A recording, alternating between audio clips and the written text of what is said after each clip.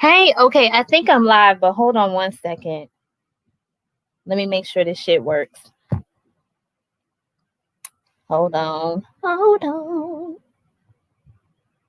Let me make sure this shit works. Okay. Listen, I know it's been a while, but I just want to say this and then get on out your way because I know y'all have things to do. Look, once you realize that a lot of Black women enjoy being verbally abused and humiliated by Black men, your life will be a lot less stressful and you won't waste your time trying to support people that frankly enjoy being abused. Okay? So I'm going to play this song and then we'll get into what I want to talk about. It'll be short because I know y'all have things to do and secretly so do I. All right? Here we go.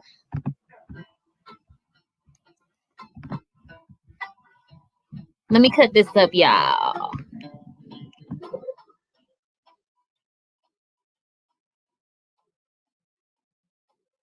Oh, can y'all actually hear the song?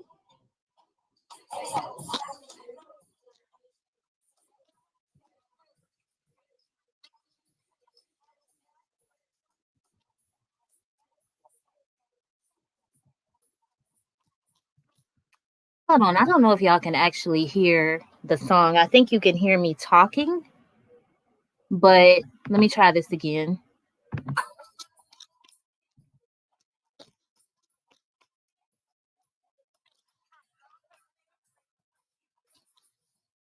I think you can hear me talking, but let me try this again. I think you can hear me talking.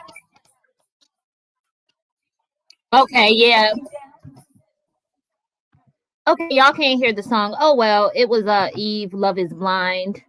But basically, the majority of Black women blindly love and support Black men to the point where they will get more upset with you for saying, hey, don't put yourself in a situation where you are being used to promote these people's platforms. Don't put yourself in that situation to be humiliated all over social media, right? You're wrong and you're the bad guy for telling other Black women to have some fucking self-esteem, right? You're an extremist for trying to tell Black women to love yourself. You look at another Black woman and say, love yourself enough not to do this dumb shit that you're doing. Oh, they're extremists. They don't actually care about Black women because of the way they talk to and about other Black women. Oh, they're trannies. But you have no smoke for the people who are fucking it up for all of us. Literally, fucking it up for all of us. Do you understand that there are a lot of people that like to see Black women be publicly humiliated and embarrassed? And you dumb ass motherfuckers support your own demise. You support that shit. And you support the garbage, waste management, pussy ass bitches who tell you, oh, you should listen to these men. These guys are like my uncle. They're like my big brother. Calling into shows, getting dragged for filth. And at the end, this bitch had the audacity to say, well, I still like your show. Listen, if I see another one of these hoes on social media get their feelings hurt, I want you to understand my position. I don't give a fuck.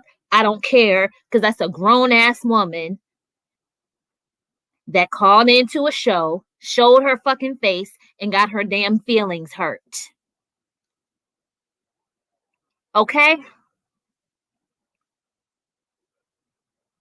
So sit back and listen to all of these men tell you how they feel about your makeup and your weaves. Sit back and watch how you have a lot of grown-ass, supposedly heterosexual men obsessed about hair and makeup, telling you that you're barely average, telling you that you will die alone. Okay? And if you listen to that and you support that, don't ever let me see you or hear about you calling another Black woman harsh.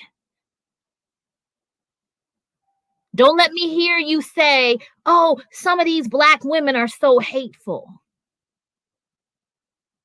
Because what it is you will accept hate speech and abuse if it's a dick attached to it. Okay? That's what a lot of these filthy bitches will do. Oh, well, we need to hear their opinions. We need to let them say what they have to say. So if there were BWE and divested content creators from the past who were on here that frankly many of you have talked shit about, and you're listening to these men tell you exactly how they feel about you, I don't want to hear your negative bullshit about women who frankly were trying to help all of us. I don't want to hear you misconstrue the BWE or divestment message. I don't want to hear you have a problem with me and other women that I'm associated with when we say certain things. Because you let these men not only embarrass you, but because you're so dick obsessed, you allow yourself to be used to tear us all down. So don't get mad if I throw out a bitch or a hoe every now and then. Don't tell me we as Black women need to all get along and have some solidarity. How can you have solidarity with these dumb motherfuckers who call into these fucked up ass men shows? And at this point, you can't get mad at the men. You can't get mad at them. Because if you dumbass bitches weren't calling into their shows, if you weren't financially supporting them, if you weren't watching them, if you weren't talking about them on social media, they would not be promoted. What the fuck is your problem that you don't understand that even talking shit about someone is promoting them? You're giving these people free fucking promotion. And we're going to have a conversation one day about how some of these women who never would promote another Black woman promote the dustiest niggas on here. We're going to talk about that shit one day. But right now, I'm going to leave it alone. Okay? Doing all kinds of dusty ass shit behind the scenes to fuck with another Black woman. But then you're very much aware of everything these niggas do on their channels. And you talk about it all the time and you have no smoke for them. Anything to promote yourself and get more subscribers and more cash apps, right, bitch? But another Black woman that calls you out for your fuckery is a tranny. We gonna talk about that shit in 2021.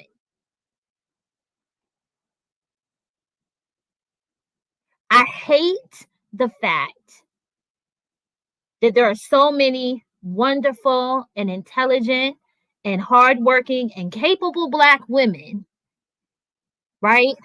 And we're associated with these bitches who have no fucking self-esteem. You watch YouTube video after YouTube video of certain men saying some pretty disrespectful things about other Black women, but you think you're going to call in and be different?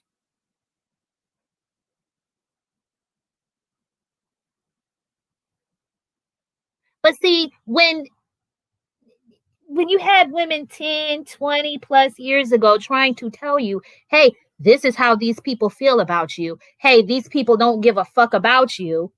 Hey, these people really don't like you at all. Those women were mean and evil for telling you that. But when the niggas are telling you directly that you're average, when they're dissecting everything about you, from your fake ass eyelashes to your fucking makeup and your weave, you sit there and you take the fucking abuse. You let these motherfuckers tell you that you are average at best. And at the end of the conversation, it's, well, thank you. I still like your show.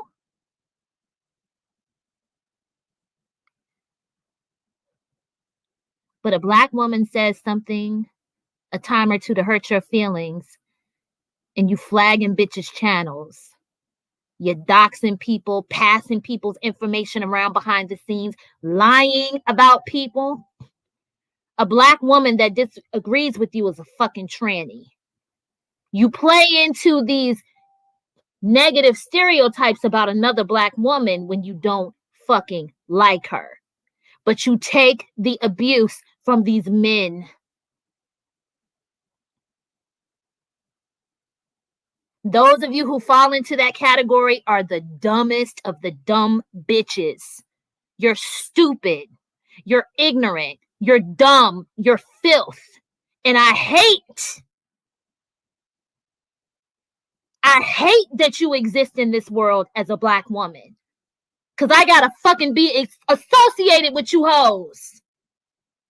What the fuck is wrong with y'all? Why are you calling into these shows? Why are you letting these men verbally abuse you? Why is your self-esteem so fucking non-existent that you sit there and take the abuse? I hope they continue to drag all of the bitches that call into these motherfucker shows. I hope you get dragged and verbally harassed all over social media because you fucking deserve it. It's 2020. These bitches should know better. It's not the 90s. It's not the early 2000s. You dumbass bitches should know better. You should fucking know how these motherfuckers feel about you because they're telling you all the damn time. Hey, y'all. Yes. Listen, Temple Rose. I'm tired of it. I don't understand it. I don't fucking understand it. Never have understood it, and I never will. I could see, if it was like 5 years ago, 10 years ago, a lot of Black women really didn't understand the situation.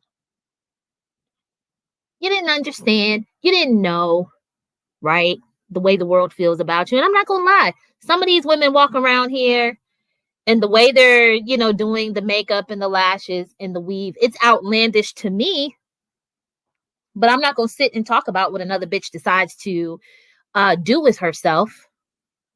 Okay? But they didn't know that there were men all over social media just heaping all of this negativity on the image of Black women. But now these women know better. They fucking know better. I'm like, do you call into those shows because you're like you get turned on by a motherfucker talking to you like you're not shit? Is that what it is? Is it on some BDSM shit where I don't know. But it's dumb as hell to me. And then I've seen a lot of Black women on social media try to take up for that lady, but I'm like, no, that's a grown ass motherfucker. She knew, listen, she knew what the fuck she was doing when she was calling into that show. But I just feel like some of these women are just so desperate for attention that they'll take it. They'll take the negative commentary and they don't care about it. Hold on one second.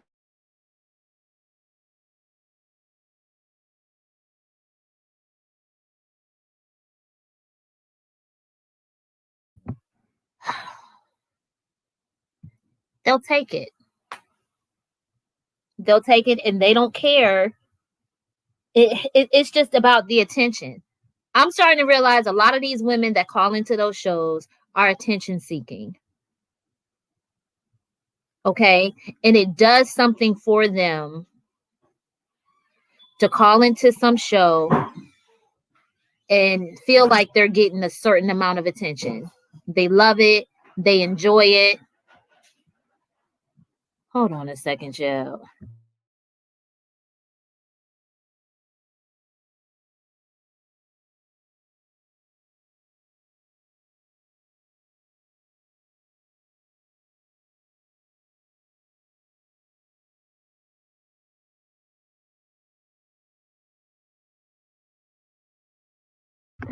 Exactly, Nyla.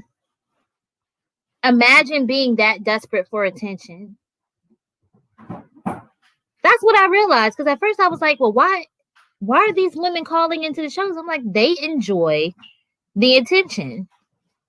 They enjoy it. Yes. They're so happy that they got through. I'm telling y'all, do not waste your time. Do not waste your time feeling sorry for or speaking up for these women that call into certain shows and get their feelings hurt because they wanted the attention. Okay? Listen, it's certain people on here that talk about the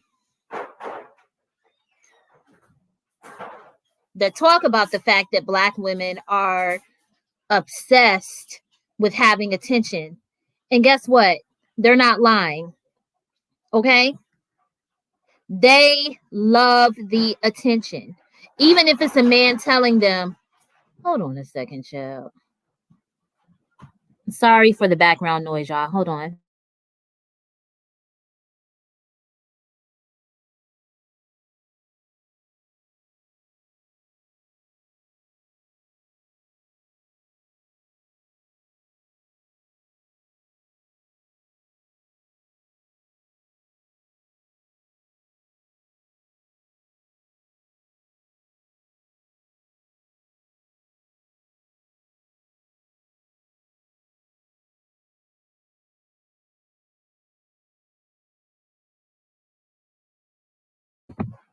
Okay, guys, sorry about that. Y'all might hear Puppy in the background. She's eating. But yes, these women want the attention. They enjoy calling in. They enjoy having an audience and they want the attention. So stop feeling sorry for them. Because it's what they want. Okay? Anyway, oh, hold on. Let me look at this. Right, VB Giovanni. They will give certain men the cash apps, but won't want to support another Black woman. Listen, a Black woman asking to be supported financially, even if she's offering a product or a service, will be enough for other Black women to demonize her and trash her business. We've seen it happen all over social media. Okay. I'm sure there are some names of people that we can all think of that has happened to, but you have Black women that offer consultations. You have Black women that offer courses. You have Black women selling books. You have Black women that are really out here branded. Okay. And you will have other Black women who will make it their mission to tear down those black women and their business model, but they don't say shit about these dudes. Because see, what's happening is because so many people love to see negative commentary about black women, you have black women who will not want to say anything negative about a black man. Okay, because frankly, they want to ride those men's coattails and hope to get some of their subscribers. All right. But then a black woman has to have something tangible to say, well, if you give me money, this is what you get. And then you'll have other black women say, well, her business isn't all that and it's not all this. And it's like, okay. So if you tear those women down and you get people to not support their business models, what are you going to replace it with?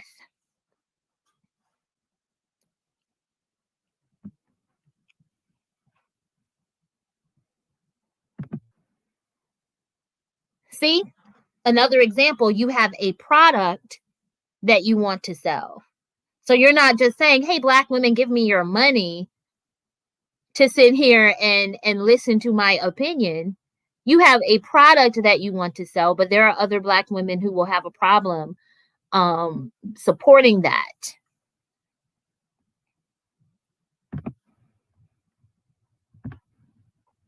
Let me get to some more of your comments. Hey, Davies, I think I know who that is.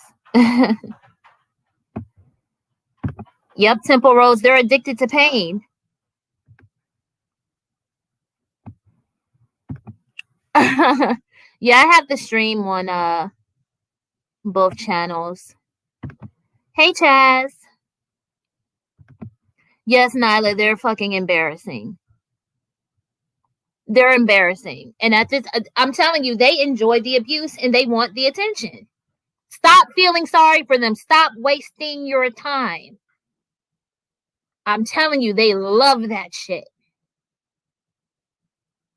When you have these people around here saying, oh, a lot of black women like dick and attention, I'm like, damn, they're telling the truth.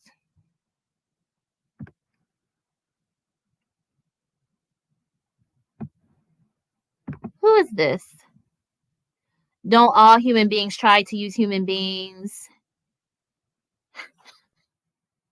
No, you do not see other races of men on a large scale using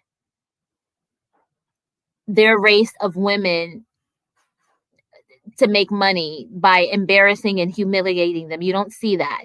And you don't see large numbers of other groups of men who really enjoy seeing the women in their race be humiliated. You just don't see it. Other groups of people are much better at not showcasing their dysfunction. We'll say it that way. Not that they're not dysfunctional, but they don't have it on display.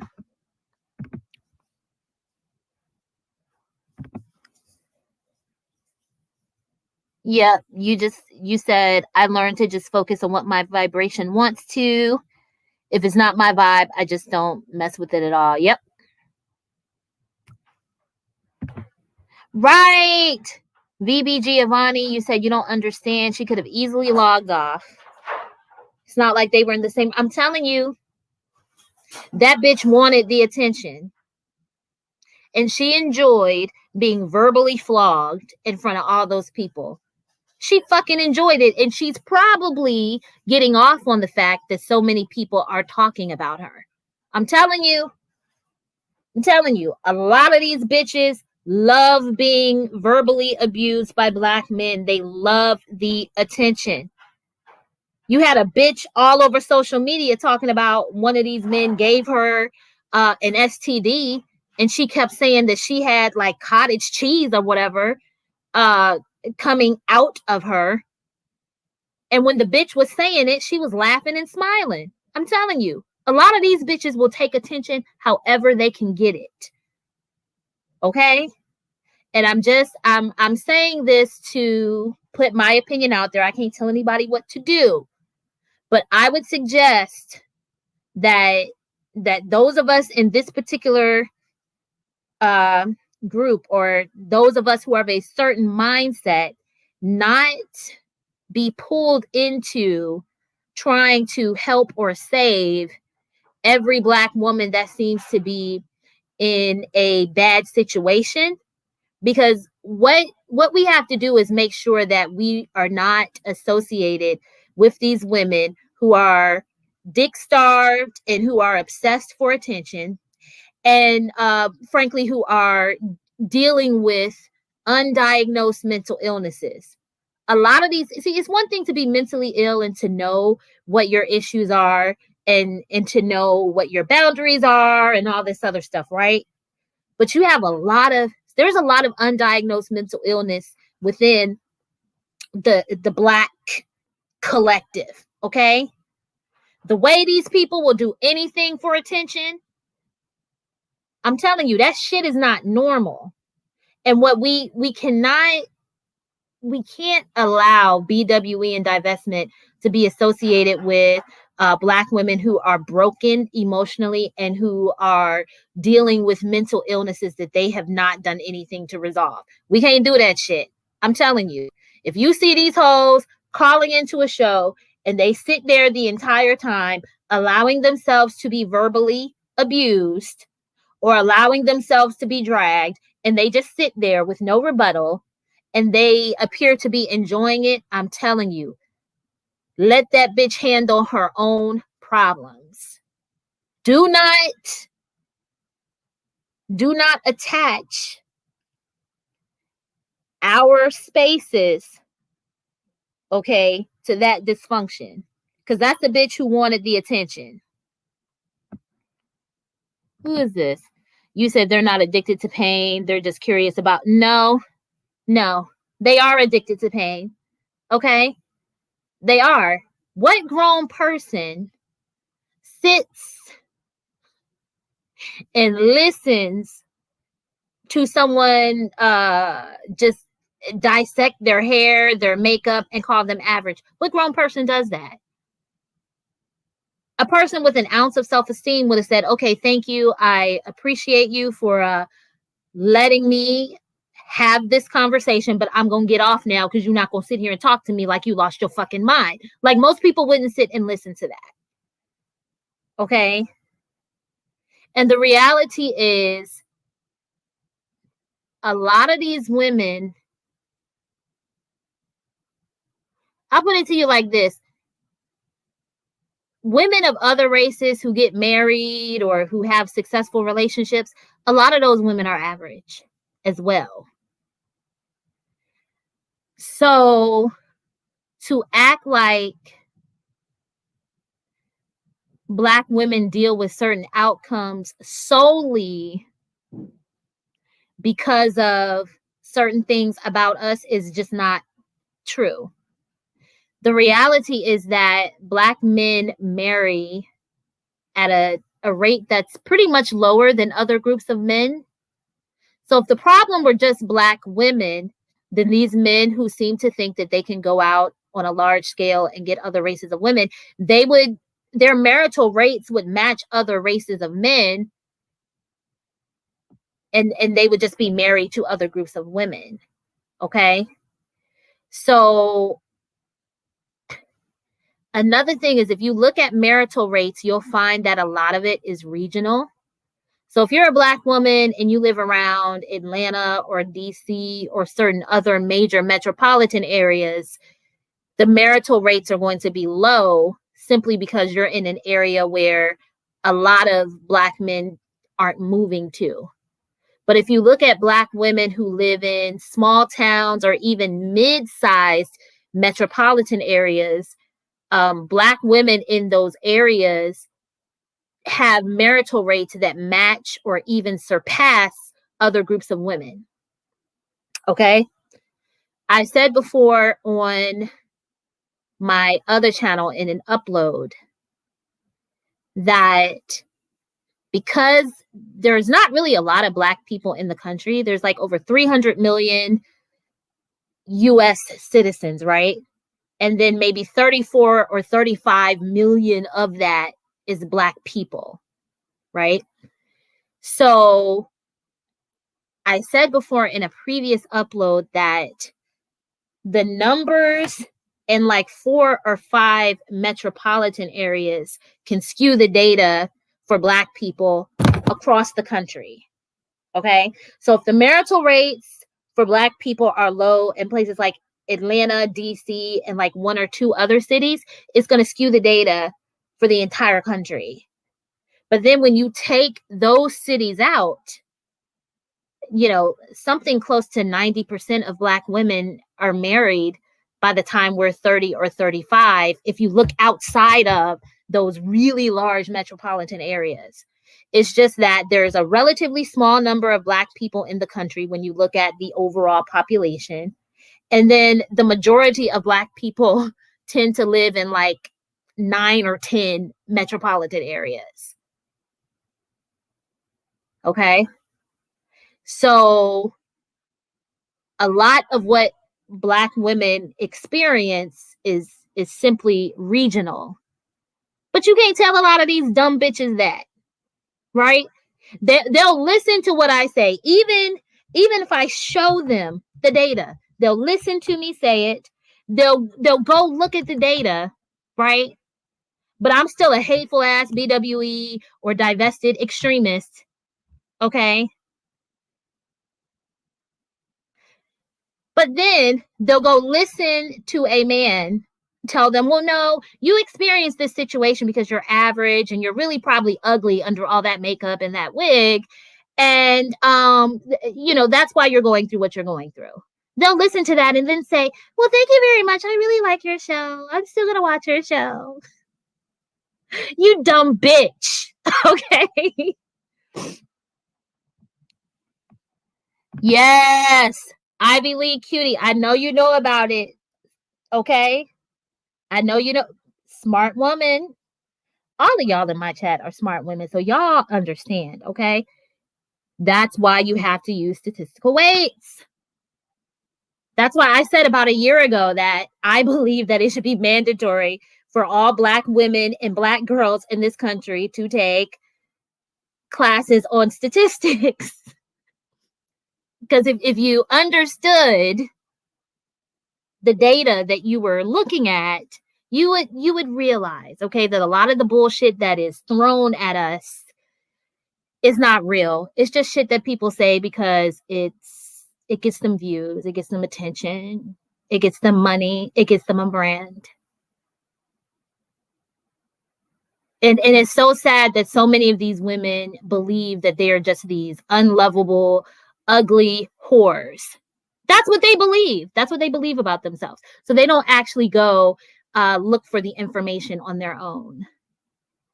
Because if they did, they realize literally, if you took the marital statistics about Black women, right, and you removed like 4 or 5 major metropolitan areas, you would see Black women who want to get married have no problem getting married. You would see that things like age factor in as well. You would see that certain people have been called out before. Steve Harvey and ABC Nightly News have been called out because when they threw out a number about Black women in our marital statistics, they were including women from like age 18 to 65. The majority of women in this country who marry are around 27 when they get married. So most people in this country are not getting married at 18, 19, 20, and 21 anymore. So when you include like really, really young women, that's going to skew the data. When you include women over 55 or 60, that can skew the data. When you include women who have been divorced or widowed, that can skew the data. When you hear some of those numbers, they're not talking about women who have never been married. Some of the women included that number have been married, but they're divorced or widowed. But you get more views when you throw out, oh, only 30 or 40% of Black women have ever been married. Not true. When you break down the statistics, but you can't even have the conversation with these people. Don't waste your time trying to have the conversation. You will give yourself a fucking headache. Okay?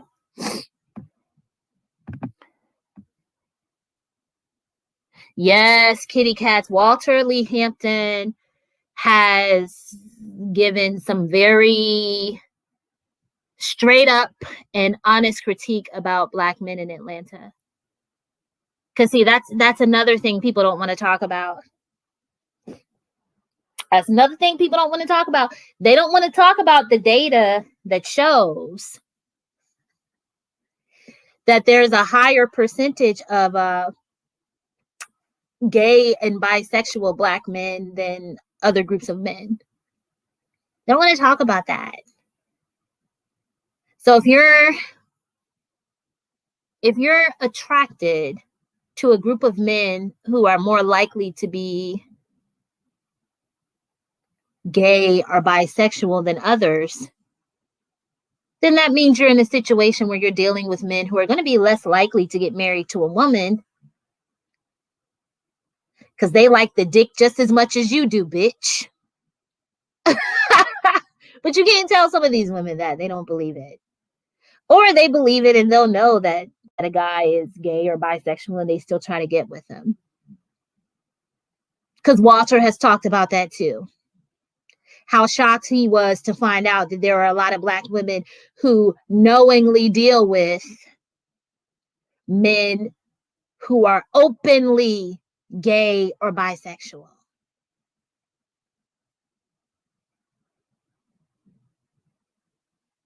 But Black women can't get married because you're average and you're wearing makeup and weaves, right?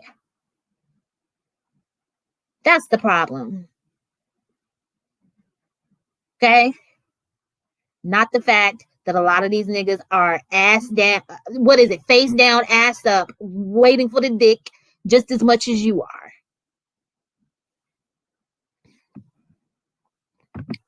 Very true, Ivy League.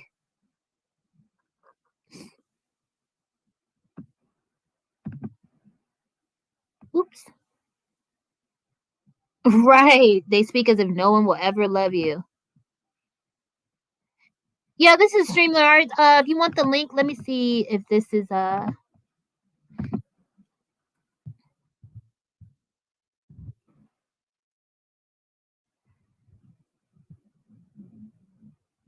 yes.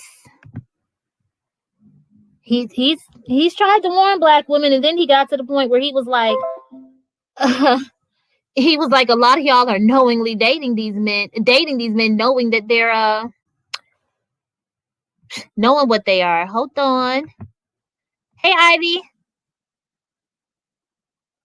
Uh-oh, can you hear me? Yeah, I had to turn off the YouTube, the actual like live stream of this. How are you this morning? I'm good. How are you? I'm doing well. Girl. Stop trying to have, not you, this is not talking about you specifically, but everything you're saying is correct. I have come to the point where I can't have these conversations about research and data with Black men specifically who are on YouTube, because they speak as though they are the voice of reason and they understand. And it's like, sir, if I asked you for the definition of statistical significance, you wouldn't even understand that. They have no idea what they're talking about. And I have gone on male YouTubers' platforms and offered to call in and have a conversation with them about why they're flat out wrong, and then they go silent. I've had men in chat rooms, oh, da da da da da. Okay, well, this is what the research says. Okay, well, I'm working on my dissertation and you're wrong. Silence. Silence. Oh, well, I don't care about your credentials. You don't have to care. You can't admit that you care, right? They can't admit that they care about our credentials as a collective, because that would require them to acknowledge that they are not qualified to actually discuss most of the research that they quote. You know, they love research and they love people with PhDs when it paints Black women in a negative light. But when we come back as Miss, Mrs. CK has done, Pink Pill has done, with statistics to the contrary, all of a sudden they don't trust the research because they haven't seen it or they haven't read it. You guys aren't reading the research. They aren't reading the research that says that only 33% of Black women have been married. And I know they haven't read it, because if they actually did, they would realize that that's the number of Black women that are married at any given time, after you factor in divorce, being a widow, and all of that stuff, just like Leah said. Okay? So pay them no mind. They love research when it makes them look good or Black women look bad, but then they cannot stand the research, and they don't care about people with PhDs, and they don't care about the research when it makes them look bad or when it makes Black women look good. Pay these men no mind.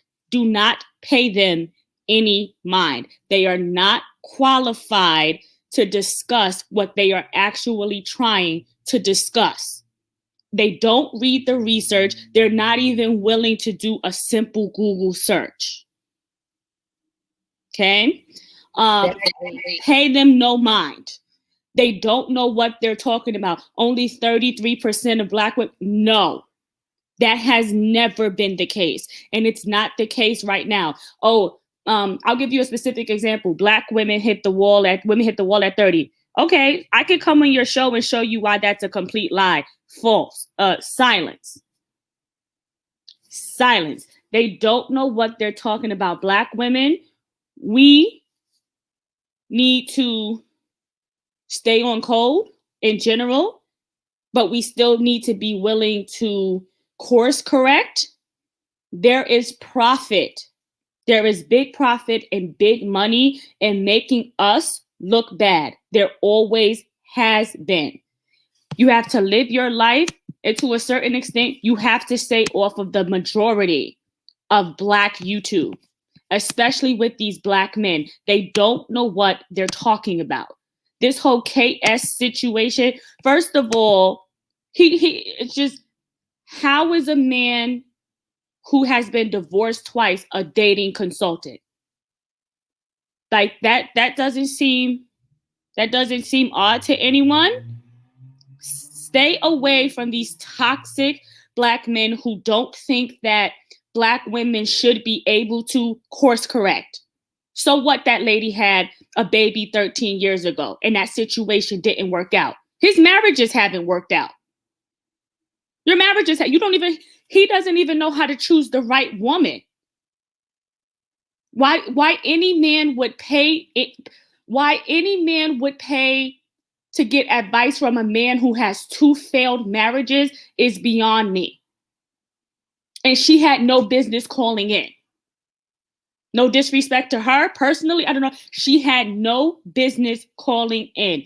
Black women, let's live our lives. Let's do course correction. Let's focus on ourselves. Leave these men who don't know what they're talking about and have a vested interest in making us look bad. Leave them alone. And let's focus on ourselves. Leave them alone. They don't know what they're talking about, and it's a hustle and it's a game at this point. Let me tell y'all something. A lot of these men are bitter. They don't turn on their cameras. They're broke. They're ugly, talking about how they don't like Black women, but they don't have any woman at all. They don't have a woman at all. Oh, I'm going to go to non-Black women. Okay, where is your non-Black woman? Oh, that's right. You don't have any woman. And then they talk about us swirlers, and then I'm going to let the other person, I'm going to finish this up. They talk about us swirlers where you're a bed wench. Okay. And are white women not caught on camera trying to get Black men arrested? Are they not? Central Park Karen, didn't that happen? So like what I'm trying to say, basically, pay them no mind. Ignore them when they talk about research, because I can tell you, currently working on my dissertation as a published scholar, They don't know what they're talking about, and they only care about research when it makes them look good, but they won't discuss it with somebody like me because I would devour them. They don't know what they're talking about. They don't. And a lot of them are bitter. They have issues with their moms and their sisters and their cousins, and they try to take it out on Black women as a collective. Pay them no mind, stay on code, continue to course correct. That goes for all of us, Black women, and live your life. That's it. Pay them no mind. I agree. Kitty, I see you in the back chat, but it says your devices aren't connected, so it's not letting me add you. I see Aminti, the writer, has joined us. How are you doing? I'm doing great. Mic check. I hope you all can you hear me clearly? Yep, I hear you. Okay. Hi to everybody. First time pulling up. I want to say this. I'm very big about laws of attraction, vibration, and vibes. Everything is that's all I'm about. And what I'm saying is, I live my life, and whatever is not what I deal with, I don't deal with it. And I'm saying this because I've realized for the past year there would be these triggers. Certain conversations and topics would trigger the hell out of me. So I started learning how to just stay away from them. And I also learned through therapy why I have these triggers. So I don't have these type of triggers anymore. And what I'm saying is this. This is the nature of what a woman is and what a man is, and not just race. See, when a woman doesn't deal with something, we just don't deal with it, right, women? We don't deal with it. If we don't sew and we're not interested in watching videos on sewing, guess what? We don't watch it, right? But it's very interesting how it's like these men, they invade spaces that they don't even like. Because you have men that will approach you and they don't even like you, or you're not their type, unquote, quote unquote. But I'm not going to roll up the harbor here. What I find very interesting is like these men, black men especially, right? They say, we don't want to deal with black women. You black women are this, that, and the third, right? And if you saw a tape, these men have been saying this for over 100 years. I'm sure they said this on a slave field too. And after a while, when you live your life a certain type of way and you begin to come around a certain type of people, there are certain people that are not even in your frequency, if you understand what I'm saying. Like you would turn them off and you don't want to see them on your feed. That's why I love the not interested button on YouTube. And I hope I'm not losing anybody here with what I'm saying. You see, I know a lot of black women who do not date black men. They don't announce it. You can see that they don't date black men. You can see that the places that they frequent do not even really have a certain type of people there. You understand? But they're not on YouTube announcing it and telling people why they're not going to do it. But I find it so interesting that black men can go date Becky, Maria, or whoever he dates. He has to come right back over here to black women and dangle it like a Karen and say, look, black woman, this is why I'm not with you because this, that, and the third. It is becoming to look like, are you black men just wanting us to do what you want us to do? Is that what it is? Is that what this is? Is this you want us to do what you want us to do, what we need to do, what you need us to do? You just look twisted and crazy in the head and bipolar and all these different schizophrenic. You are the unstable creature. It's not the woman, it's you, black man. You understand? How many women are out here? Think about this. How many women sat here and allowed themselves to gain weight, right? How many women wore their hair natural? How many women did everything these men said, and look how they just all twisted and turned around, and they don't even have their own brain out here. But a woman who knows herself, who loves herself, who embraces being a woman, as I said, has a feminine entity, meaning she's a woman, she acts like a woman, and she thinks like a woman. Look at how she moves. Look at how she thinks. She has common sense. She would never go on a platform to be verbally abused. She won't even allow a man to raise his voice at her. This is the point. I just hope y'all just get what I'm trying to say here. This is why it's important. If you don't want to deal with them, don't deal with them. Close the door. You understand? You see them, go the other way. Not be rude and disrespectful, but that's what it has to come to. And I'll just leave it here. I don't want to be long-winded. I have come to a point, everybody, I'm not attracted to black men anymore. I used to think that dark skin and brown skin was beautiful. I don't have that attraction anymore. Maybe because I'm almost 40 in another year or so. Maybe that's it. I don't know. But I have lost it. I don't see them as anything. They look weak to me. They look whiny to me. They look complaining to me. All of these words to me.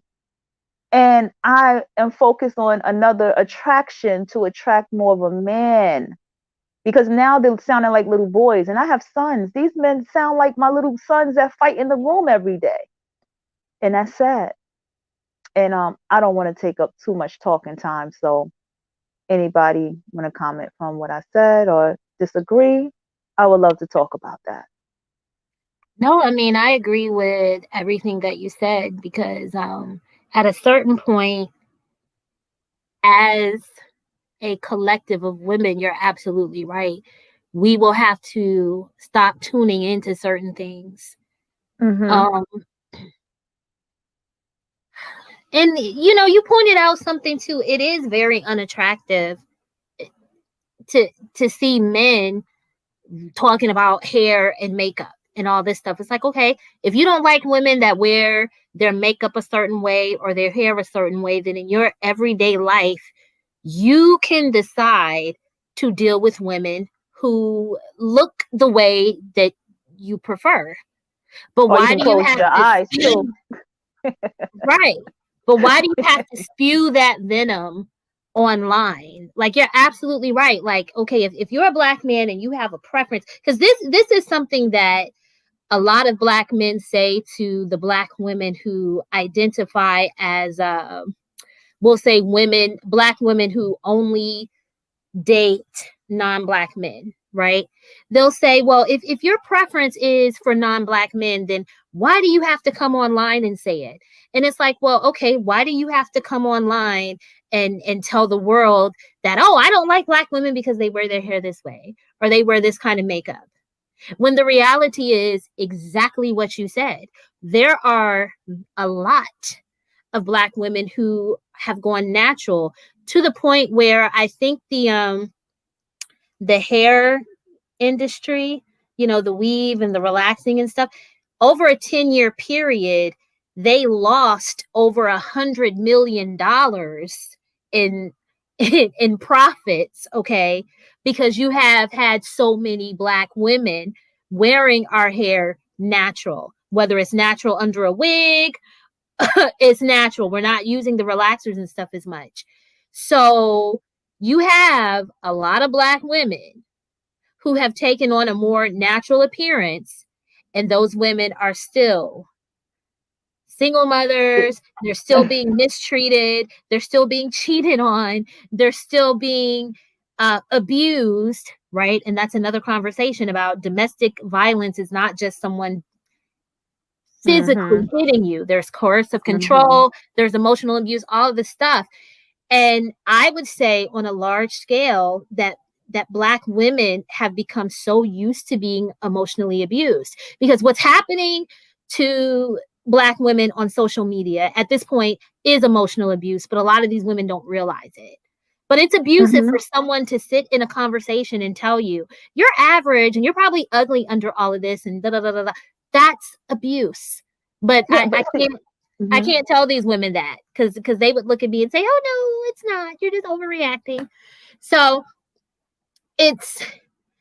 the reality is that no matter what the majority of us do, it's not going to be good enough for these men. Yeah, and that's why. I'm sorry. Excuse me.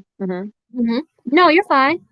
That's why women have to do what makes her happy. It ain't what the hell you wear in your hair. It's not your fingernails. It's not how you dress. Be yourself. Excuse my language. Yep. Be yourself. And I promise you, the people who are like you will vibrate to you. See this blonde weave in my hair? I don't give a hoot. I will walk outside with it in my rock look, or whatever look I decide to go run around in a mosh pit, and I don't give a hoot. And a man will still approach me. People will still approach me. Why? Because I'm a likable person. Because I love myself. All that other stuff is bull crap. Yep. Okay. It's women out All here that, with pink, you know, purple, and green hair or rainbow colored hair getting married every day because it's like you you know, said, what's for you will naturally come to you. and guess funny. I went to get waxed. The woman had colored hair. I went to get my eyelashes done. The woman had colored hair. I went to get a tattoo. The woman had colored hair. These are women of all races, people. It's about what level of life that you are on. It's about, my mommy always said, it's not what you wear, it's how you wear it. And I see that as your aura. Your aura is how you wear things, how you approach things out here. Women, stop listening to black women, black men. I'm so sorry. Black men, they will make you feel hated. They will make you feel like a whore. They make you feel unwanted. They'll keep telling you all the time, don't nobody want you. Don't nobody want you. Because you know why? Because he knows that the world really hates him. They don't like him in their neighborhoods. They don't like him in their restaurants. No matter how sophisticated, whatever he is. Come on now. It's not you, black woman. Come on. That's why they look at you and blame you. Oh, you're a part of the white supremacy, this and that. No, I just got up and got a job, sir. I didn't quit. I had to do what I had to do because I had these children. Sir, you're not going out there to get. Exactly. You're right. Because at the end of the day, we have no military, no system of government or anything to be able to really subjugate anyone. So when they try to say, oh, black women are enablers of white supremacy, it's like, okay, with what military? With what Right. system of government? Right, because you got exactly, a job. Right. Getting a job and trying to support yourself or whoever you're responsible for, if you have children, means that you are an agent of white supremacy. Right. They don't. They just. Oh, no, and then we are welfare in Section 8. But if we had men that provided, we would be on welfare in Section 8 after we had those babies. You know? Sometimes we get, do you know that some jobs will still give you the welfare while you're working? Come on now. Because there is such a thing as the working poor, right? So there are a lot of people who receive various types of assistance are actually working.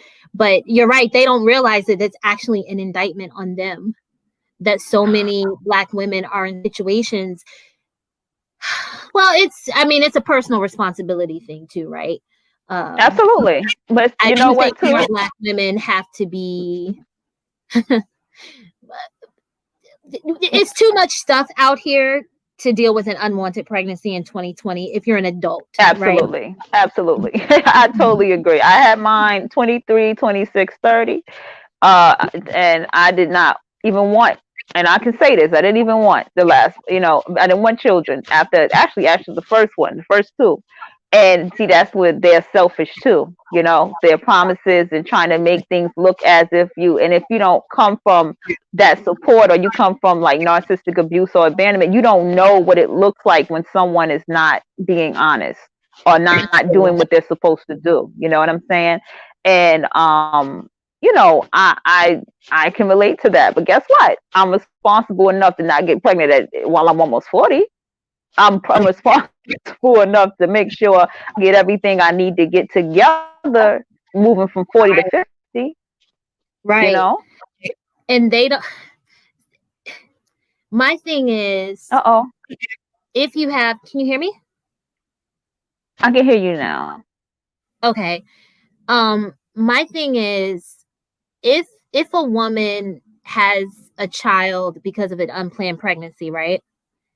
She deals with that every day because she's responsible for raising that child, taking care of them, so on and so forth.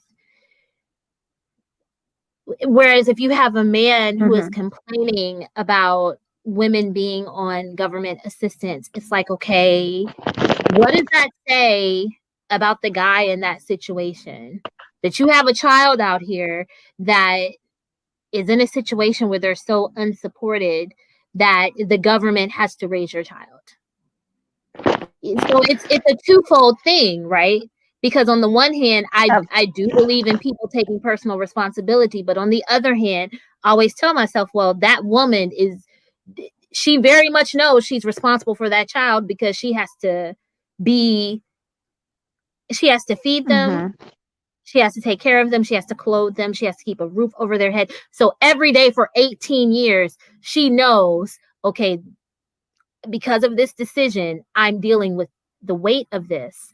And the thing that was so hard to watch a few years ago is the fact that you had Black men on social media. People don't talk about it now, but you had Black men on social media who were saying they were going to vote in a specific way simply because they wanted to see those government programs be taken away from Black women.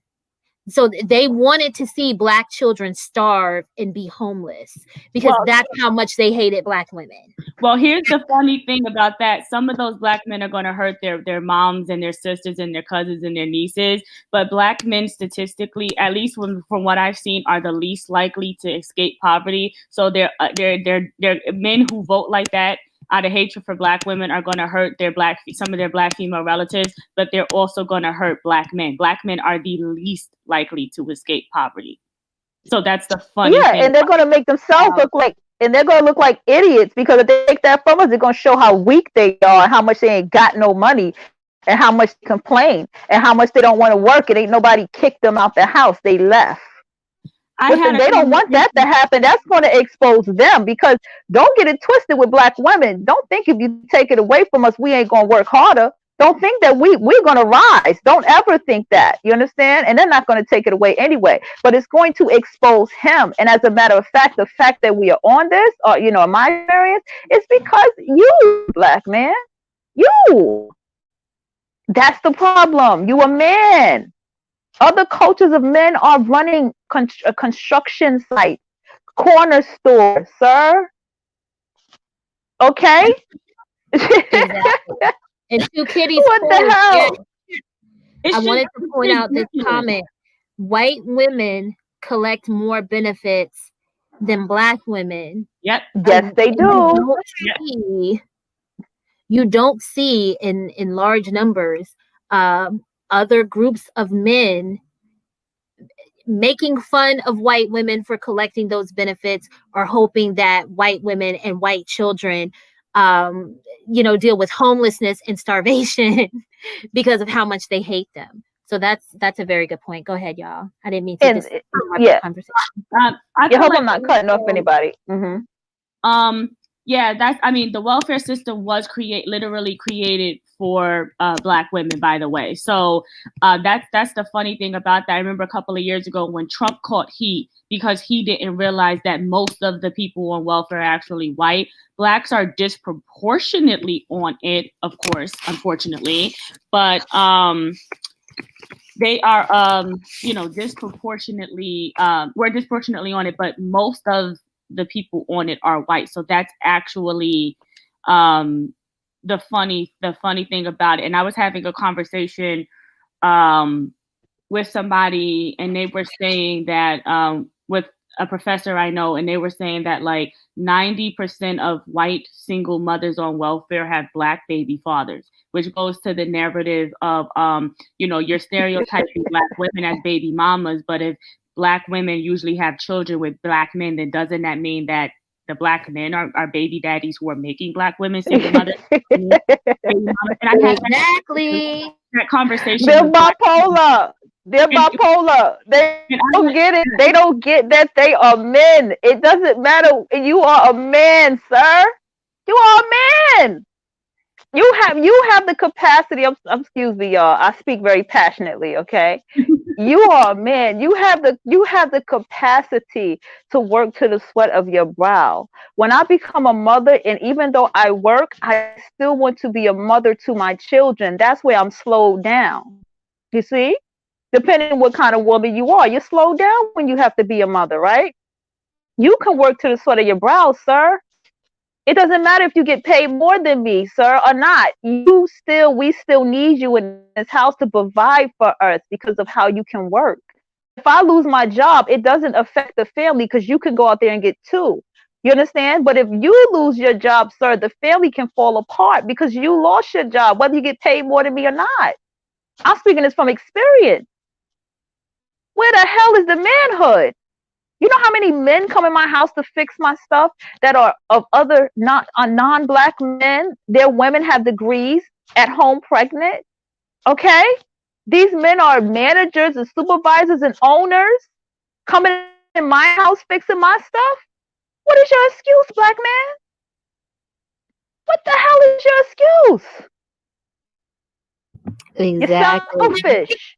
You're selfish. When you hold up businesses in the neighborhood, black man, you hold up barbershops, sir. You don't own the corner stores. You sell clothes, black man. That's what you do. You do stuff for you. I doubt the women in your family, even whoever's your baby mother, whatever, gets that money. You do stuff for you. You don't do it for the community. There's an Italian man that told me, he said, you can go to the internet and own a corner store. I had a chance of owning a corner store, but I didn't want to deal with fixing it up to get a business loan. I'm a black woman now. You see what I'm saying? What's your excuse, black man? You can franchise McDonald's, black man.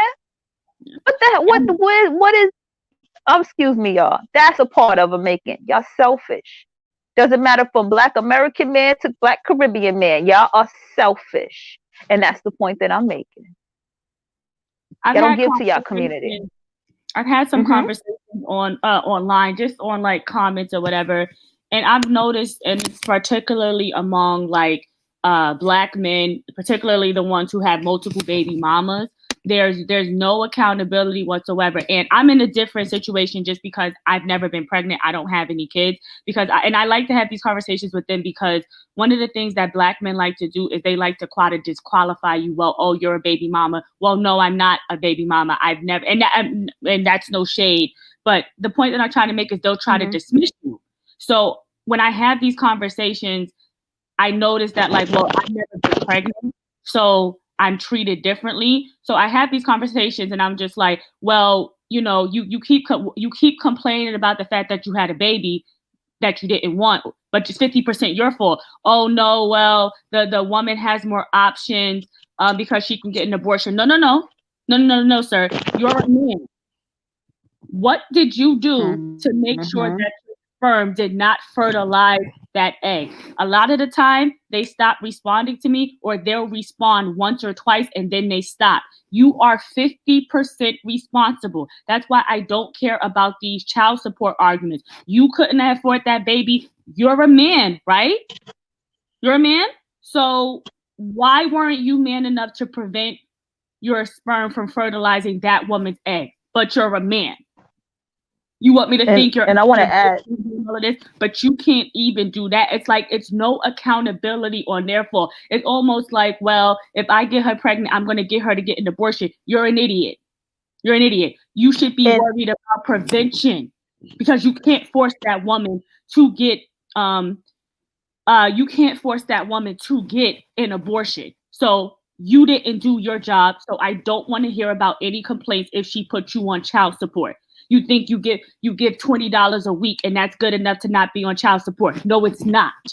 That's why I don't care about the argument. And then I tell them, you can't have this conversation with me because I know at the age of 31 and never pregnant, I know what it takes to prevent a man from ever getting me pregnant. So I don't want to hear any nonsense from you. They stop responding because the point that I'm trying to get at is to get them to take personal accountability. You're not going to keep sitting up here and blaming the black woman. If a woman gets pregnant, it's 50% of the man's fault, period. But of course, you put it on the black woman, right? Well, one thing y'all have to know too. One thing I have to know too is I call Black Man Flip Mode Squad, and what I'm saying is he like to flip everything on you. Okay, so when you go to these platforms, this is why I don't do it. This is why I don't go. And you talk to them, they know how to flippity flip flop everything that you say, which they call gaslighting. Right? That's what he does. He flips and he roasts. Because that's his way of communicating. And a lot of times women come into these platforms and they do not, they don't know what they be walking into. And I'll be like, oh my gosh, you have to know him too. Like he flips and he roasts because that's his way of communicating to get away from anything that he has to be responsible for. And women have to start opening their eyes. They're bipolar to me. They're a disorder to me. Walking mental issue to me. I have my thing men, period. But black men, I just wave my hand because because I have sons, and I'm telling y'all, it's not easy having sons. I never wanted sons, and I'm gonna tell you, having sons and knowing that they're going to be black men in this world, and everybody hates black men. That's hard to carry as a mother. I'm being real honest. And you look at the behaviors of your little sons that's under 10 years old, and you see that same behavior in a 40-something-year-old man. Could you imagine what I feel over here? Could you imagine? I want Yes, to point rough. out. I want to point out this comment here because it ties into what you said about people flipping things. So we have someone who said women do lie sometimes and say they are on birth control. I'd say the man is 25% liable. Oh, wait, no. Always use a condom or get a vasectomy. I don't want to hear it. Exactly. Or make sure she taking the pill. Some women have sex and take the pill. What are you saying, sir? You don't know about sex? I know a woman that after she.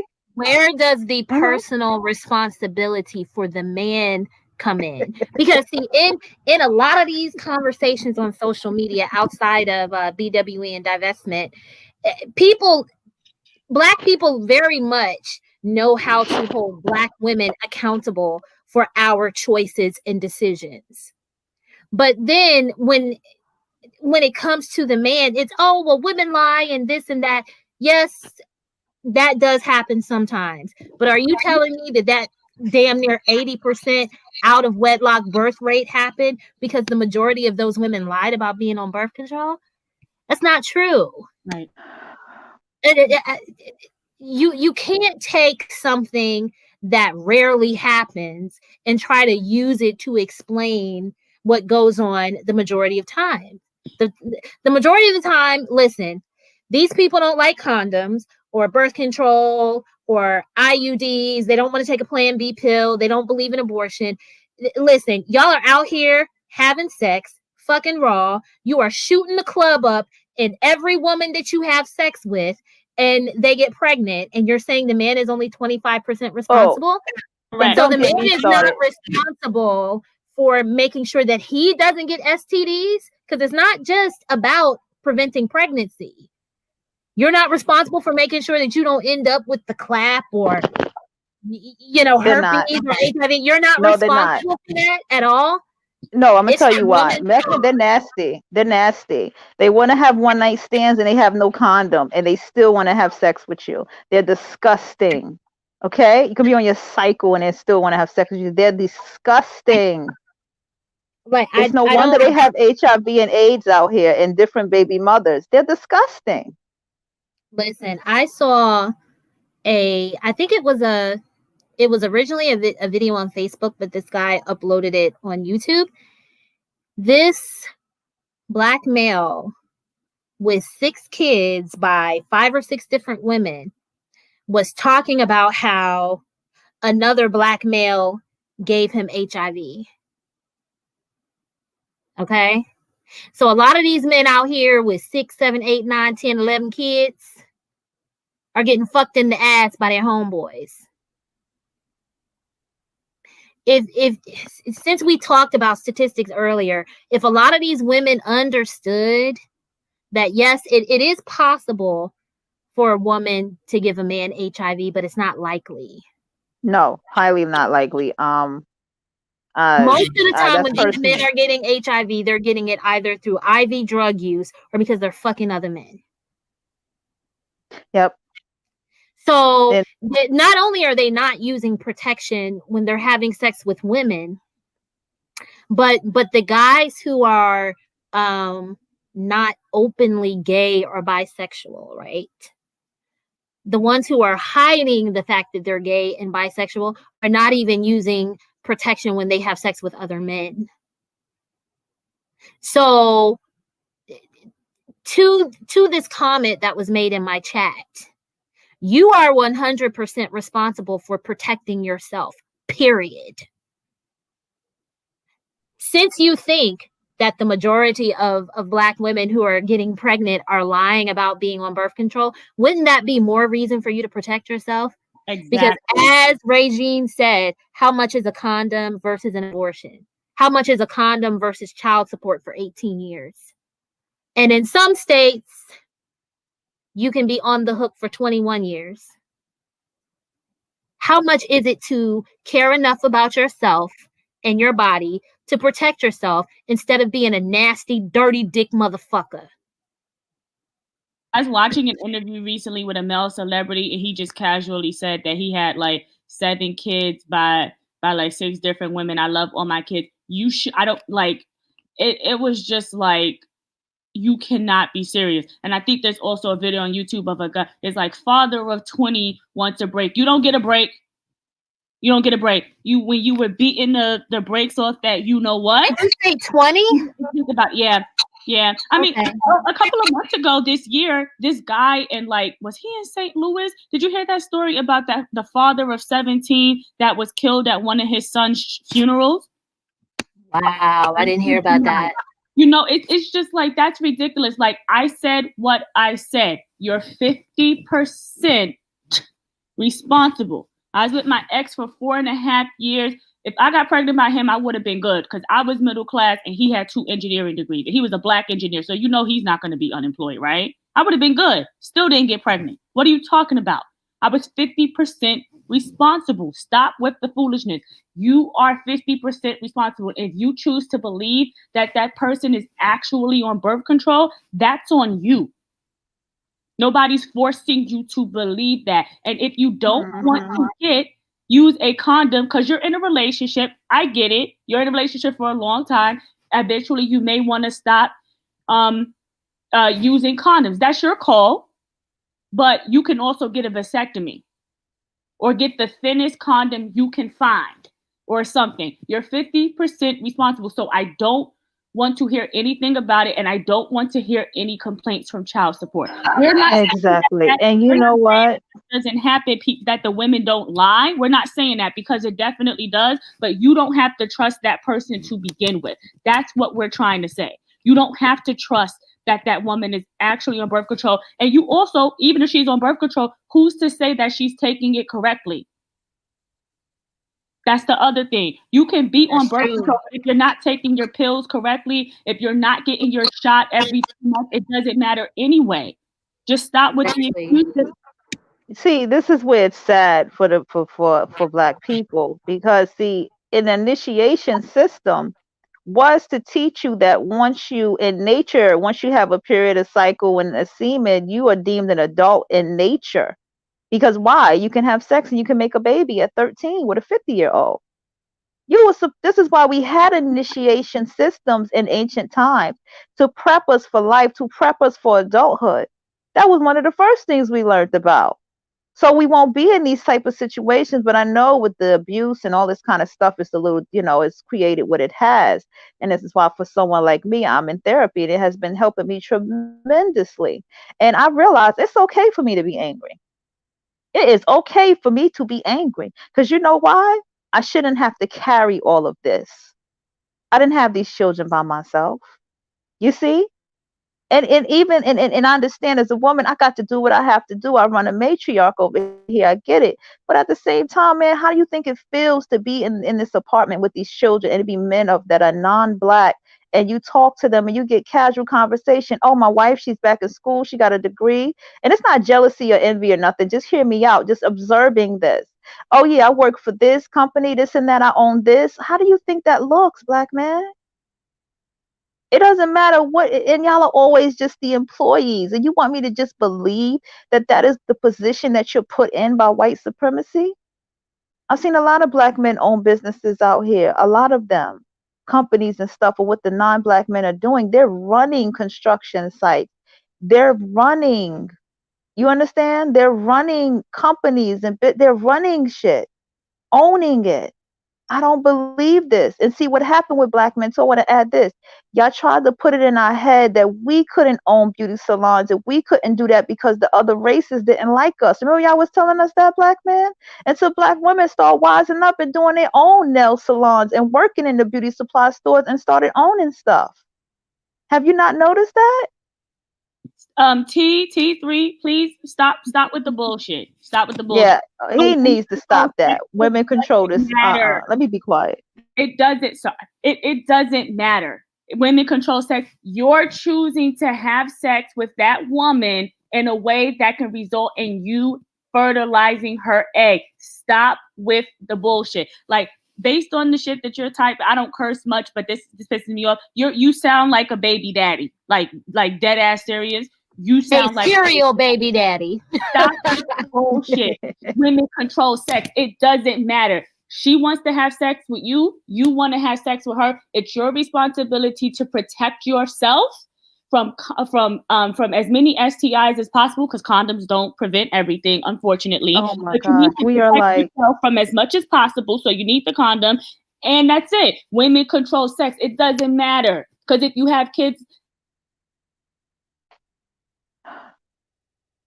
Trey, the fact that we are grown adults having this conversation with you is the problem. The fact that we're grown adults having this kind of conversation is a problem. Do you not see the problem? It's ridiculous. We should. This is not the level of conversations we should. They are flip mode squad. I told y'all they are flip mode squad. That's exactly the. If there was an applause button, please push it. That was the exact example of what I talk about. Ridiculous. Like, women control sex. She want to have sex with you, and you want to have sex with her, so you had sex, and then you got like, stop. Like, if you would have used the condom, you wouldn't have been in that situation, and you can check the condom before you put it on. That's it. You're 50% responsible. Go somewhere. He says he has 0 children. You said you have no children, so you know how to not get a woman pregnant. Bruh. But even though you are not, according to what you're saying in the chat, you're not someone who has ever gotten a woman pregnant, and you know how to prevent yourself from becoming somebody's baby daddy, you're still defending the men who are baby daddies. Like, you're still defending the men who make the fucked up decisions, right? That make all of y'all look bad. And this is what the mammies enable. The mammies enable this kind of behavior. The mammies enable him to walk around here with multiple baby mothers and laugh about it and clown them and make them look like fools. The mammy has that mindset for you. You don't have to, you're not responsible. It's these broads' fault, son. That's the mammy. And I talk like this because I'm a woman with a daughter and I have sons. And I look at it and I'm like, you can damage them. And that's why y'all are damaged. That's why it's important for the mother to make sure she installs that discipline in her son, that responsibility in him about what he does with what's between his legs. Because this is what comes out of it. It's that level of childishness. Sir, this is idiot. This is an idiotic conversation to have. We are not sitting in a middle school sex education course, sir. We are grown women. Right. Grown people have to be told. Oh my gosh, 25% responsible for sex. Stop. Just like the woman chooses to allow you to have sex with her, you're choosing to go up inside of her with no protection. Likely, so you're both responsible for whatever happens. Let's not all say it at the same time. The black woman did what? She kicked the black man out so she could get welfare, and white man didn't give him a job. I'm not falling for that narrative no more, sir. Y'all left. Yep. You all left out. Y'all gave up. Y'all went to Caucasian women. Y'all went to Becky, excuse me, and y'all left us. That's what the hell. That's what y'all did. Y'all gave up. Well, and the fact of the matter is that in a lot of cases, from what I understand, the women would not have qualified for government assistance if they were married. Correct. So why didn't you marry your baby mama is the question. Why not marry her and instead of going out here and making more babies with more women, why not marry her and so that she's not in the position to qualify for that. Because what's the alternative, right? Because I understand, listen, there's the personal responsibility piece of not getting yourself in the situation to begin with. But once you are in the situation, right? Once a woman has a child or children and she is in the situation where she needs help feeding them and keeping a roof over her head, what the fuck is she supposed to do? Is she supposed to not take the help and end up on the streets with kids? Yeah. Is she supposed to let her kids starve? Is she supposed to be in a situation where she's not getting them the I think in some states up until a child is like 5 or something like that, you can get them medical care. Is she not supposed to take them to their doctor's appointments and get their vaccinations to show her love for Black men? Like what is the alternative? If you're saying, oh, Black women were wrong for taking government assistance, what's the alternative? Being homeless, letting the kids starve? And do these people understand that in a lot of states, like the state that I'm in, you cannot sit on government assistance for a lifetime? You're on assistance, but you have to show proof that you're looking for work. And you are on there for a limited amount of time. I'm telling you, my best friend had 2 kids with this guy. Relationship didn't work out because he's a piece of shit. And they only let her stay on assistance like for 5 years. But that's how it's supposed to be. Honestly, it's supposed to be 5 years. Right. And in them 5 years, the assistance was after like the first year or two, the only assistance she really had was like they were on I forget what they call it, but it's basically like where they get the free medical coverage. But she had to show that she was looking for work and all of that stuff. And now she has purchased a townhome. She's doing what she has to do to take care of her kids, because $200 a month in child support that she gets from her child's father doesn't do shit. Not at all.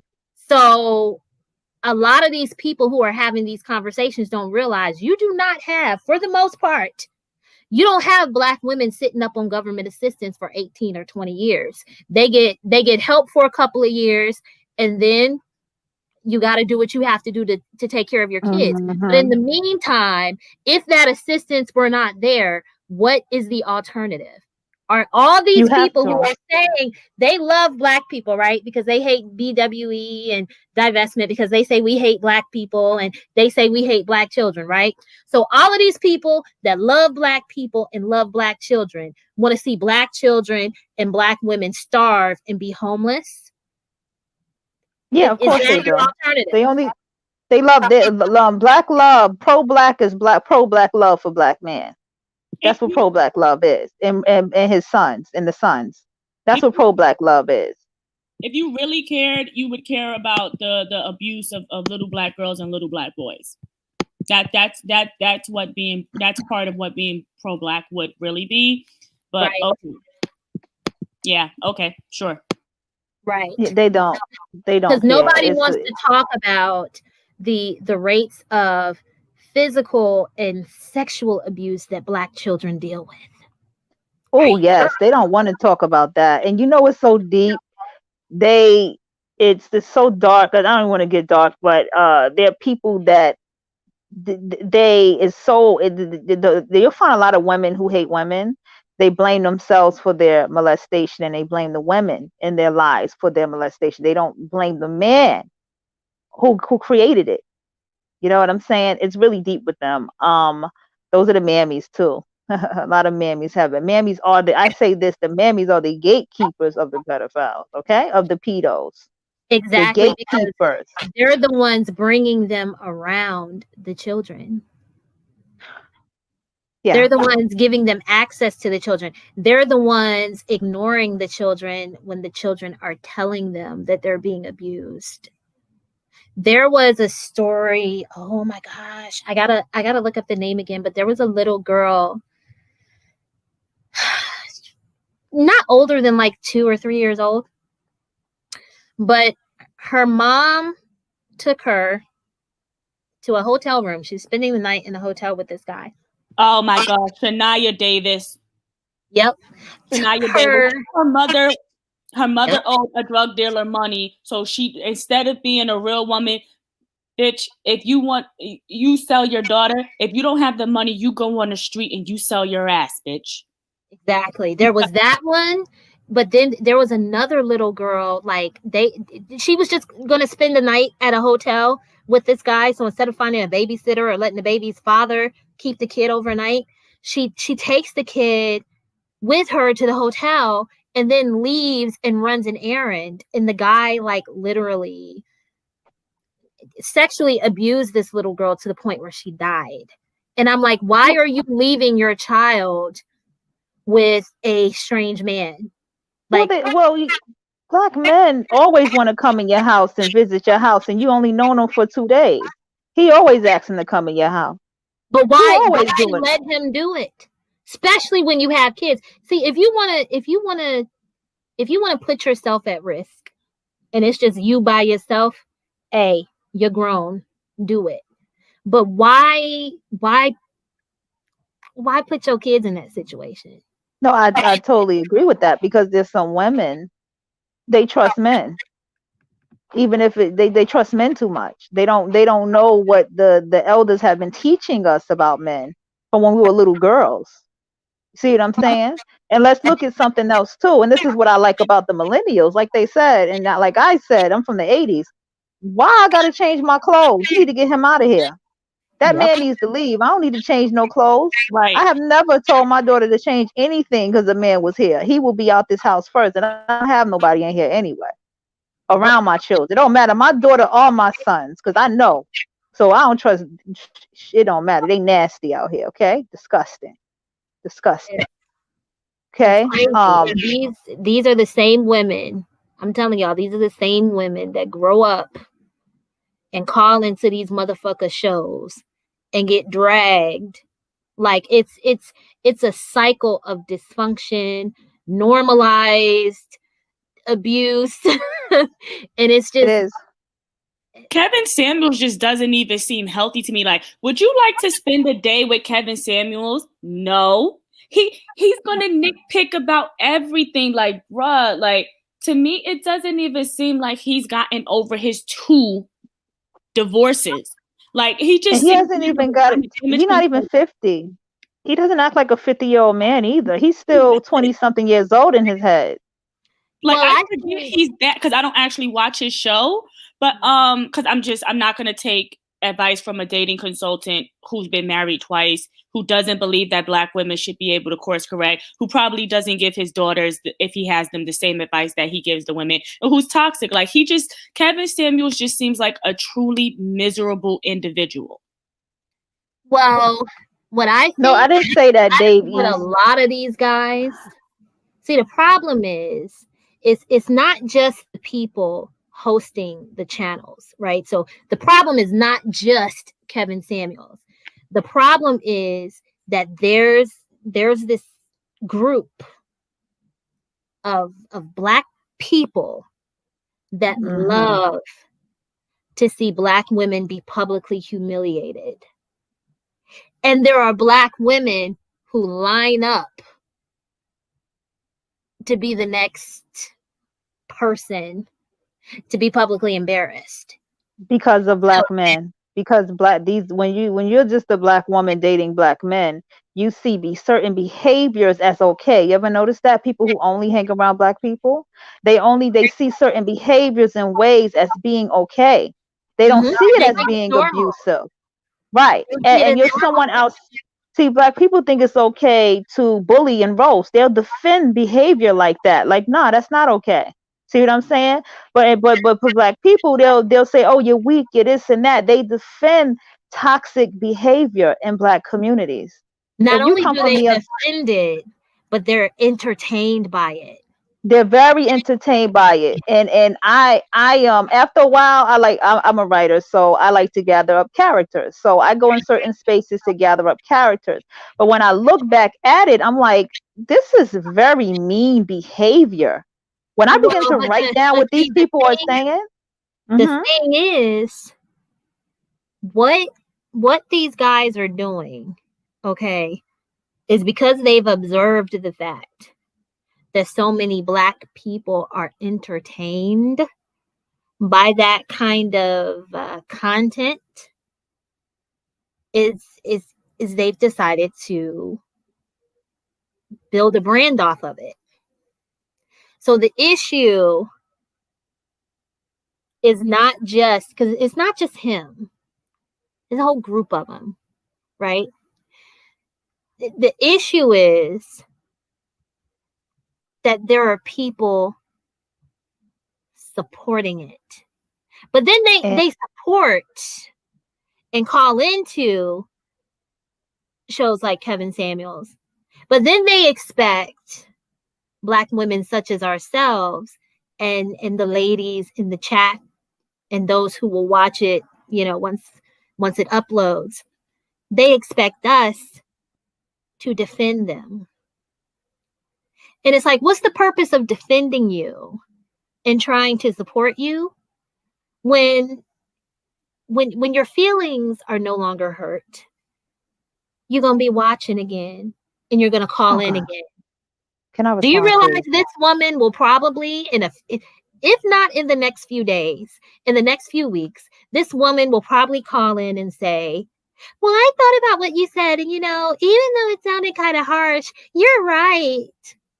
I really needed to hear that. It was just difficult to listen to. You realize that is what she'll do. Yeah, and can I address a couple of women have already done that. Well, if he's not claiming to be a dating consultant, then he needs not give dating advice, especially not as a man who has indicated he doesn't know how to choose the right woman. He's been divorced twice. If he wants to be an image consultant, then he needs to stick to his lane. Personal responsibility. He does need to stick to that. Mm-hmm. How can, why would you, as a man, why would you take dating advice from a man who doesn't even know how to pick the right woman? All Kevin Samuels can do is tell you what not to do. And what size you should wear. They enjoy from him. There's no reason. They enjoy, and this is what they won't admit. They enjoy watching Black women be publicly berated. They enjoy that's it. They don't care. They don't care about the messenger. You see, because a lot of these guys that listen to men of that ilk are not taking those guys' advice. They're not giving them money because they feel like anything that these guys have said has been particularly life-changing. Okay? They're paying attention to those guys because it's a space where they can see Black women be publicly berated. Okay? It's like a circle jerk for the majority of these Black males to sit around and listen to each other talk shit about Black women. And what Black men are not.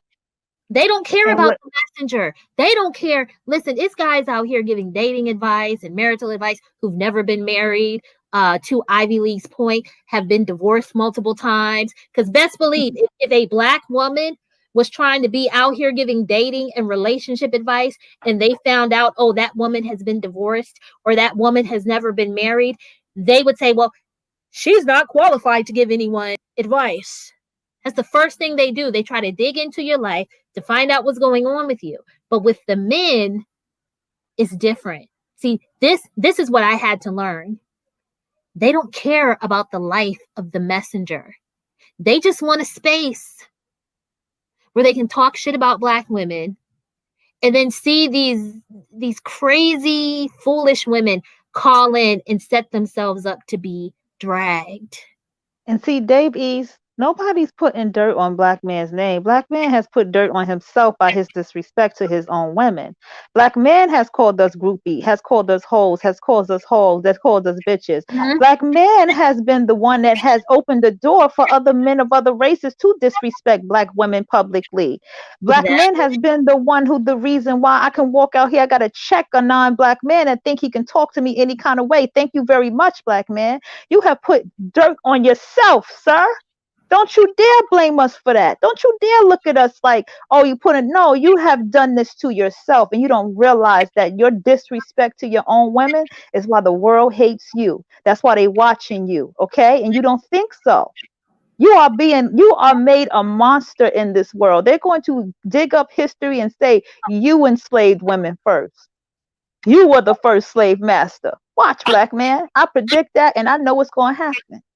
You are going to still look like the bottom of the barrel, and you're going to look like a weak vessel, black man. Don't you dare say what we doing. You did it to yourself when you did it to us. This comment, Black women do not take dating advice from either one of these guys.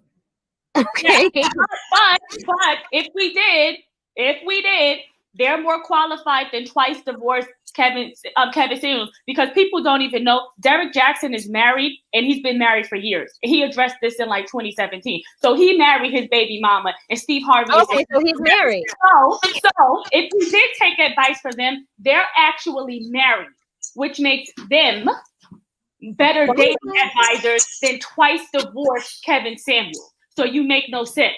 You make no sense. I'm going to take advice from married men like Derek Jackson and Steve Harvey over an unmarried, twice divorced man like Kevin Samuels. You make and don't even act like a grown man. That's the worst part for me. That's very distract. That is what turns me off. Is I do not like to see a grown man behaving like that. Are you kidding me? These guys are not. They have not built a brand trashing women. Okay. But yeah, there are a lot of women who have certain concerns about Steve Harvey because of how many times he's been married, but at least he's currently married. He's currently married and has been for some time.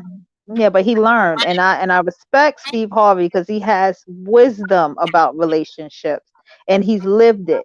You see, that's why I like people like Steve Harvey. It's about the wisdom. There's no wisdom with Kevin and all these other people and Tommy and all that. And people forget that part.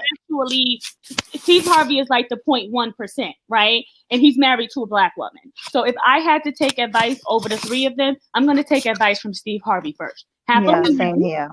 And see, this person is talking about name a Black man whose critique or correction you value. See, this is the problem. Oh my God. I personally believe, I can't speak for anyone else, but I personally believe that no one has the right to feel like they can speak over anyone's life, right? So if I come across someone and they feel like they want to offer me quote unquote correction, I don't have to receive it, because who the fuck are you that I have to listen to you? You're not someone that I know personally, right? You're not my father, you're not my husband, you're not my brother, you're not a Black man that I personally know. So why do I have to receive quote unquote correction from you? And why do you think you're qualified to walk around because he's a Black man? Black women. Like, why do you think you're qualified? Because he's a Black man. Of you are not. So here's the thing. I had a similar situation like this on Friday or this weekend, where a man on YouTube told me, I'm a man, you must respect me. And I told him, you don't get to tell me what the fuck I have to do. I'm telling you, I don't respect you. You're not my father. Every man except my father has to earn my respect. Black men think that they command automatic respect. There's nothing special about any particular person. We all have to be a man and a woman, get out here, get this money, live, pay our bills, and earn our respect. Respect is earned. Who is exactly? My 6-year-old son wants respect in the house. Okay, my 6-year-old wants respect from the. Who is Kevin Samuels? He's nobody. And then also, one of you said it himself. Kevin said, "What are Kevin Samuels' credentials?" Because I'll have my PhD next year. What are his credentials? I'm not listening to people who don't even know what the research says. If you say women hit the wall at 30, I'm not going to listen to you. You've been divorced twice. You're not currently married. I'm not going to listen to you. We don't stop this stuff that women have to listen to every single Black man. You have to earn your respect over time. and demonstrate over time that you know what you're talking about. And let me tell you something. Black men are on. I take black men to the block party on my YouTube and the not interested button. Okay, block party and not interested, because I don't want that Exactly. coming across my feed. I'm learning how to do characters and storyboards. I don't want to see nothing with y'all unless I'm making y'all in my book or something, or And my the series. the I just problem don't is the care. majority, Everybody who hasn't earned it. You the have ma- to earn respect. I don't understand what y'all don't get about that. Kevin Samuels has not earned my respect, and he is never going to do so. He gives horrible advice. Well, I know you're 33 and you make $100,000 now, but you had a baby at 13 with a bum, so you'll never be able to get a woman who's not a bum. Are you serious? Why did he? but what he's showing is that is how the majority of black men feel about black women. They have such a low opinion of black women. It's not like this was and plus, I mean, the reality is that most people, right? Most people in their 30s and 40s are going to have children. That's just what it is. Whether it's necessarily helpful is another conversation, but whether you're dealing with a black woman, a white woman, an Asian woman, a Hispanic woman, a Native American, whatever, most women in their 30s or 40s have pushed out a baby. That's just what it is.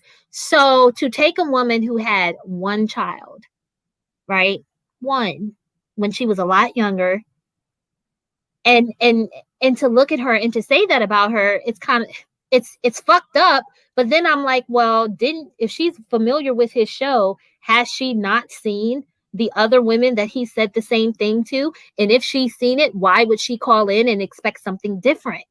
You see what I'm saying? It's a twofold problem. Yes, he's problematic, but let's face it, he would not get the subs and views that he gets if the majority of black people did not agree with that. The majority of, and I'm going to say black people because a lot of black women don't value themselves or other black women either. The majority of black people genuinely believe that no matter how nice, kind, successful, productive, whatever, no matter what you are as a black woman, you are still nothing to the majority of other black people. And that is what his show and certain sectors of social media point out. It doesn't matter. Doesn't matter how pretty you are. Doesn't matter whether you wear weave or makeup. So that conversation is stupid. Wear your hair how you want to wear it. Wear your makeup how you want to wear it. Because either way, these people are still going to view you as nothing.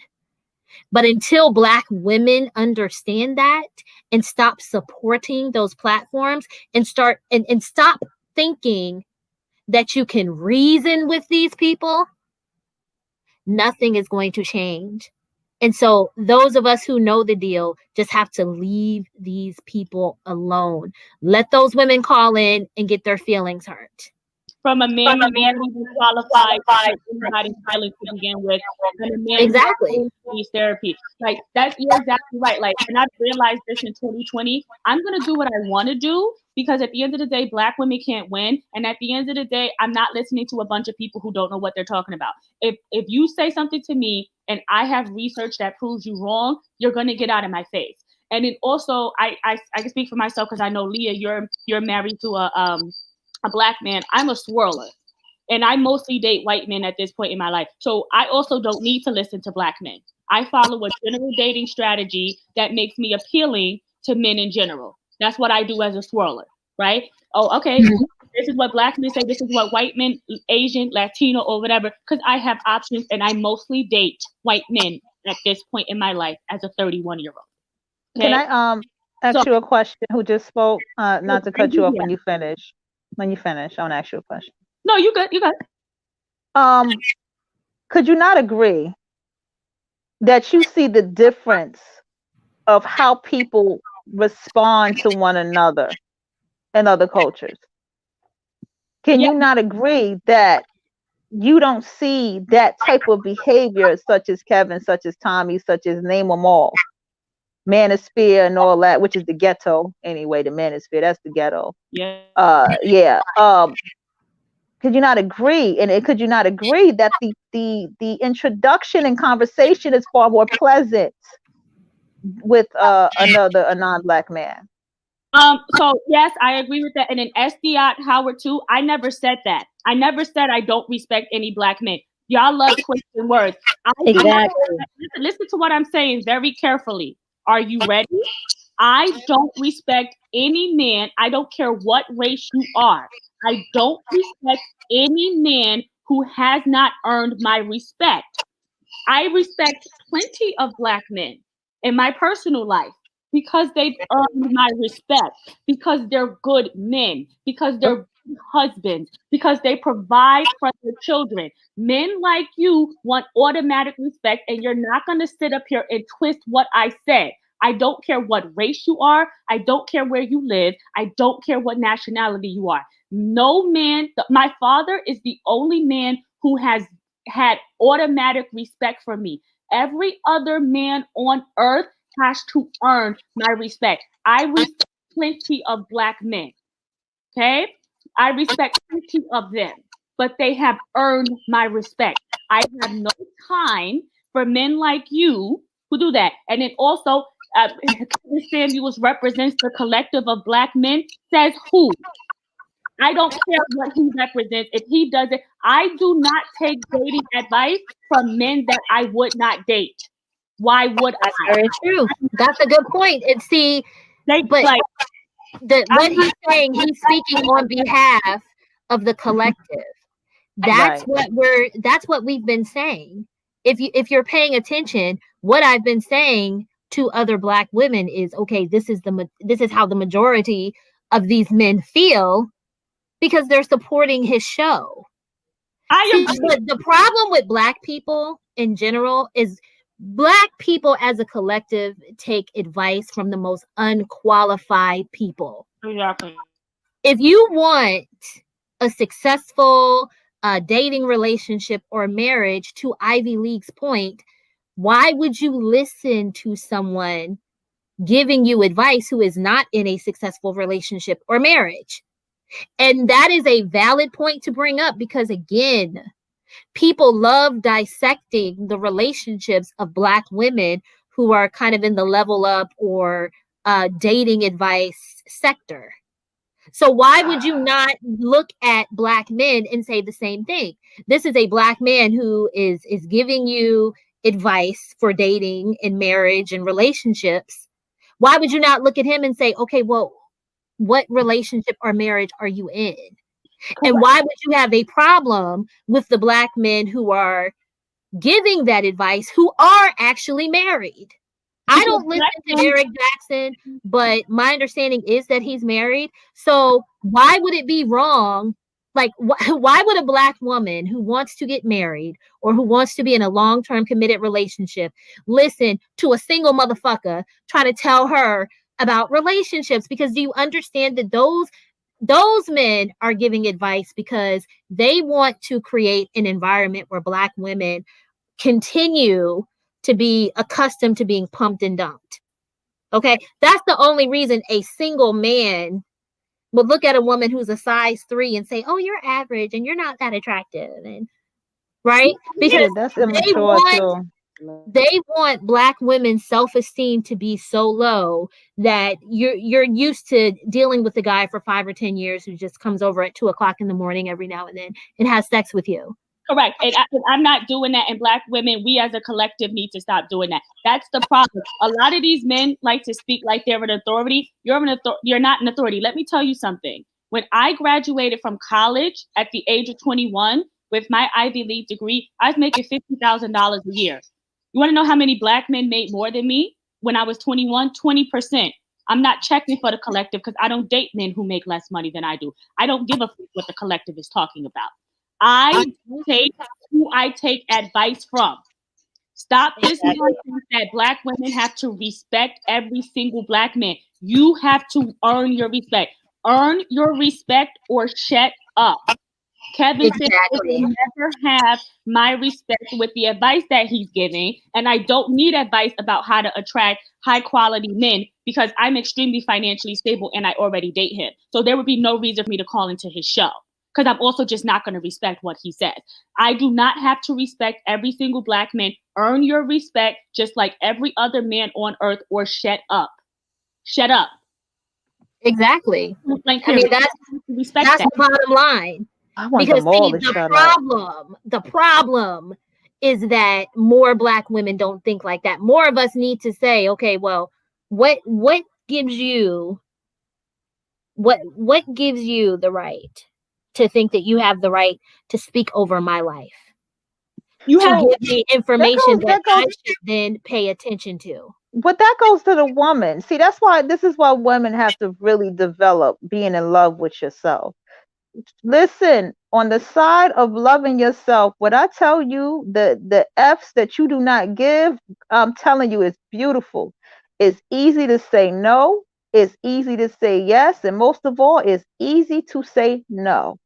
It's easy to say, I'm not dealing with this. And, oh, I like this. That's the beauty of self love.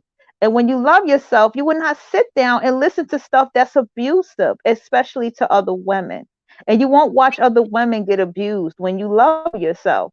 And you pay Very attention to the true. people that surround you. If you find their associations, if you find that they engage in certain things, you'd be like, oop, I know we associate online, but I would not walk in Walmart with you, honey. I wouldn't walk down the street with you because you have a different eye. And it's obvious these people have no self love and no self worth. And also, S. Dot just had another comment. We didn't create anything.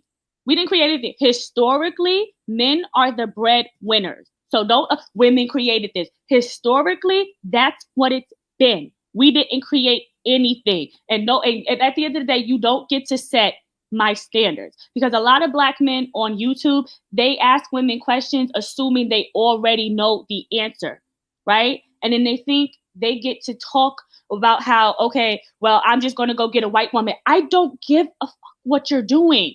Yeah, I go don't fly. care. I, Yeah. and I'm going to be on a date with a man who's not. I don't care, bruh. I don't care. Like the Exactly. relationship cannot handle that. I was only interested in 20% of black men at the age of 21 because that's the percentage of men who made more than what I made. And y'all cannot handle that. You're not an authority. You're not an authority. You can't even debate me on the research that proves you wrong. You're not an authority and y'all cannot handle that. We don't care. You have just accept the fact that the same way that some black men don't care about don't care to take advice from black women have the same option. I get to say I follow a general dating strategy. If I get married to a black man, so be it. And if I get married to a non-black man, so be it. I get to live my life. I decide, black women get to decide whose advice we consider. Because a lot of y'all on here, you've never been married, you're broke, you have multiple baby mamas, you're making excuses for the all these children that you have, but you still think you're an authority. Respect is earned. Kevin Samuels has not earned my respect, and he never will. He's toxic, he's bitter, he gives horrible advice, he doesn't think that women can improve their condition. But I think that that's how he is as a person because it seems as though he hasn't corrected whatever errors it is that causes him to keep marrying the same woman. And let me give y'all a fun fact. Do you know that black women are the highest percentage of women who start businesses without a loan? They start with their own money. Do you know that? Black women are the highest percentage of women that are doing that. Okay? Black women are owning and doing the darn thing out here, people. You got to put your vibration out there to know that. My Beyonce is Shonda Rhimes, and y'all know who she is. She's a writer of Grey's Anatomy, Scandal, and she got 8 more shows coming up. Okay, and that black woman's with a black man, and guess what? She makes more than him, but she is all for black women's empowerment. She rolls with Oprah. You understand? That's the kind of black woman that I look up to. That's my inspiration in my life. It's her. She was single and she adopted 2 black little girls before she decided to be with that man as she established herself. Those are the kind of people that I look at, sir. And also, as that, Kevin Samuels is not our problem because we don't care. You're not understanding that point. We're trying to advise Black women about why they shouldn't care. I would never call into Kevin Samuels. I don't care about his advice. And since I am an attractive, petite, childless, never been pregnant, well-educated, financially stable Black woman who already pulls men who make over $100,000, I literally don't need his advice. There is nothing that man can tell me. I don't, and exactly. It's embracing. And girl, keep it that way too, please. Embracing the truth. He's going to die alone. Are you married? Are you a baby daddy? Like, I don't care about people who don't know what they're talking about. Exactly, because if they understood the data, they would realize something around 90% of Black women marry in our lifetimes. Like it so all this stuff that people have built brands off of, y'all are talking about they're so fucking dumb. Because they did that. This is why other races of people look at Black people and think that we're all stupid. Because instead of actually looking at information and data, it's like, oh no, you love hearing Black women be told that you're never going to be married and you're going to die alone. And well, everybody right now is dying alone because of COVID. And if you go in the hospital and you end up unfortunately dying, you're going to be alone because your family can't see you. So everyone ultimately is on their own when they die because you're not taking anyone else with you anyway. Correct. Okay. Ultimately, like, Kevin Samuels is alone. Like, some of us are going to die alone. Some of the Black men who watch Kevin Samuels are going to die alone and never be husbands. So what do we care? Exactly. And if Black women, if more of us just lived our lives in the course of you living your life and coming across different men, you're going to get married. There's something around a 90% chance that you'll get married. We have to marry a little bit older than other groups of women, but I'm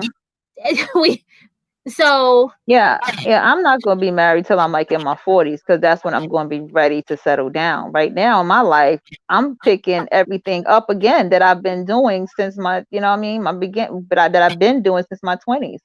You know what I'm saying? See, that makes sense though, because that 90% number applies to Black women that are like, so in other words, by the time a Black woman is like 50 or 55, it's a 90% chance that you're going to be married.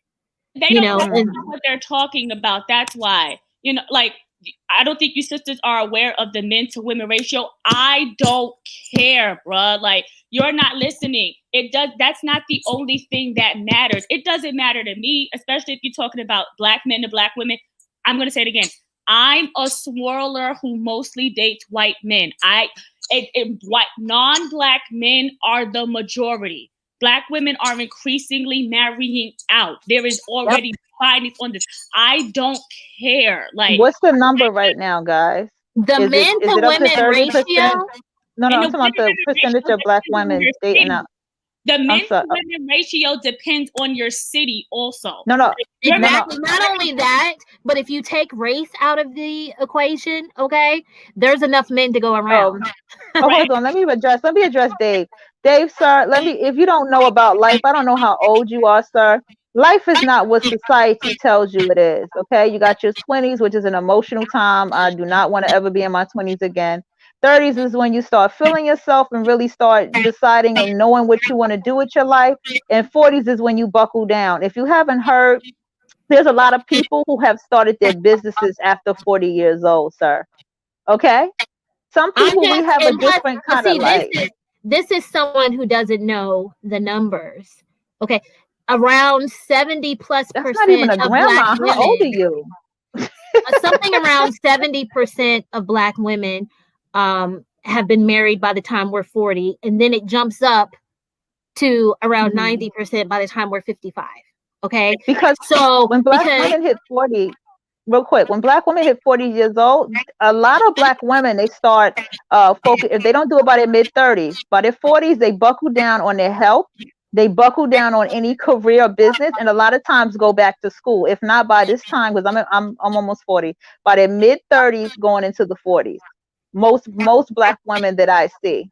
Even if they got a degree at your age, they will still take themselves back to school or take on a career or something else different. You know what I'm saying? Or But get more accolades. not only that, but with these, that's how I can tell a lot of these people don't live a life beyond the internet. Okay. They Because a don't. lot of these men who say, oh, nobody wants a woman that's this age or that age. Listen, there are plenty. Okay. There are plenty of 40-plus-year-old women that step outside every day and can't keep men off of them. My great aunt got married for the second time when she was almost 80 years old. I know another woman who got married for the first time after she retired. She was approaching 60 and she got married for the first time and is still married. So when you're out here and you're living life and you have men that you come across in different social circles, okay, a lot of these men, listen, they talk a lot of shit. Well, the black ones. But if you're dealing with men, it's shit. My dad's little sister, my auntie, got married for the first time when she was 56 or 57. Yeah, because some people, we like myself, I'm a very goal-oriented woman. You know what I'm saying? I'm taking on a very serious career on top of that. My life is going to be busy. My oldest is going to be in high school. Yeah, and I have a lot of goals that I'm setting for myself, and I'm more focused on that. If a man comes into my world and it gets to that point, then absolutely great. But I'm not focused on that right now. You know why? Because I'm in a position where I'm raising these children by myself. I did not put the daddy on child support. Okay. Why I didn't put him on child support? Because I fear he's going to abandon the children. I don't want him. I don't want that to happen to them. So you see how what I'm doing to myself for my children, and I'm doing what I need to do to build us up financially so that they can be good, and I don't have to worry about stuff like that. And I shouldn't have to carry that. But guess what? I am. Unfortunately. Now, I'm just telling y'all, get out there and live. Okay? Get out there and live, and you will, whether it's at work, whether it's the gym, the grocery store, wherever, because shit, my homegirl got married at 39 and had both of her daughters in her 40s, and she just turned 50. So, and she met her husband. He works, I don't want to say exactly what he does, but they were both on a lunch break and were in line at fucking McDonald's, and that's how she met him. He struck up a conversation with her, asked for her number, and a year or two later they were married. Okay, so you get out and you live your life. Okay, if you're attractive, if you have a nice personality, the man for you will naturally gravitate towards you. Okay. Here's the thing, as Dot, Leah, whose channel this is married, and she's married to a black man. The other woman, I forget your name. She's not looking. I'm in a marriage with my dissertation, so I'm also not looking. Who cares? Like y'all are so pressed about women with marriage. Like some of y'all are more pressed when we are. Everything that Leah said is about marriage is correct. Black women and women in general, and there were numbers on this, but black men, when I offered to come on their channels and debate them about this, they go silent.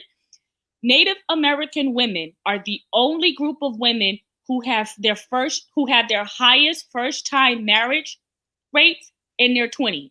For every other race of women, including black women, your chances of getting married for the first time are higher in your 30s. Like Leah said, black women and black men get married later in life. Like women hit the wall. No, they don't. I didn't hit no wall. I did not hit no wall. Women, including white women, has their highest first-time marriage rates in their 30s. Do you want to know what else? The later you get married, the less likely you are to get divorced. Absolutely. Women who get married before their 30s, and I think men too, have the highest divorce rates, especially if you get married for the first time at the age of 25 in numbers. This is what Leah and I are talking about. You guys do not know what you're talking about. I am 31 years old. I feel like my life has just begun. I have the greatest dating options that I have ever had. I'm not worried about marriage because statistically it's extremely likely to happen, especially because I have a degree and you men can say what you want. Almost all women, Black women with degrees, get married. And having a degree and having higher income increases getting married and staying married. And because I live in the real world and I actually understand research, I'm not worried about getting married. I'm not looking for a relationship. Like you Black men and men in general, you're so pressed with getting women. You're so focused on getting women that you think that everything that a woman you think that everything that a woman does is about getting men. Oh, because sometimes people say they can't find a good man. Okay, and Black men say that they can't find a good woman, and Black men say that they can't find Black women without kids. So if you want to play that game, we can play that too.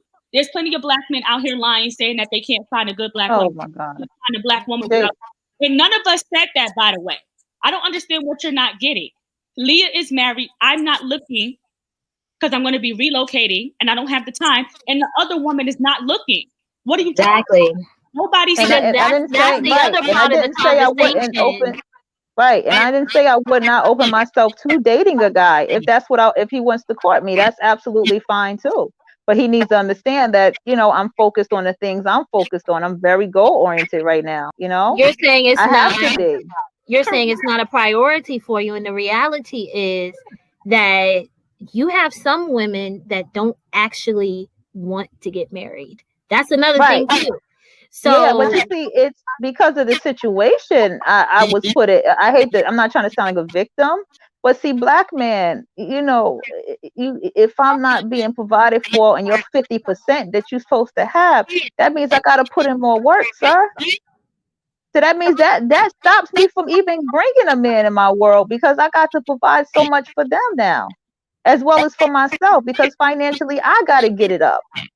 You see, it's not fair, but it's life. I got to do what I got to do. That's true. That's one thing my best friend said. She said she's too busy like focusing on her kids to really even pretty much she doesn't want to bring a man around her kids. So you have that too. Marriage is not the most important thing in life to some women, especially because some of us have a certain view of marriage, and frankly, you have a lot of Black men who are either unable or unwilling to do it.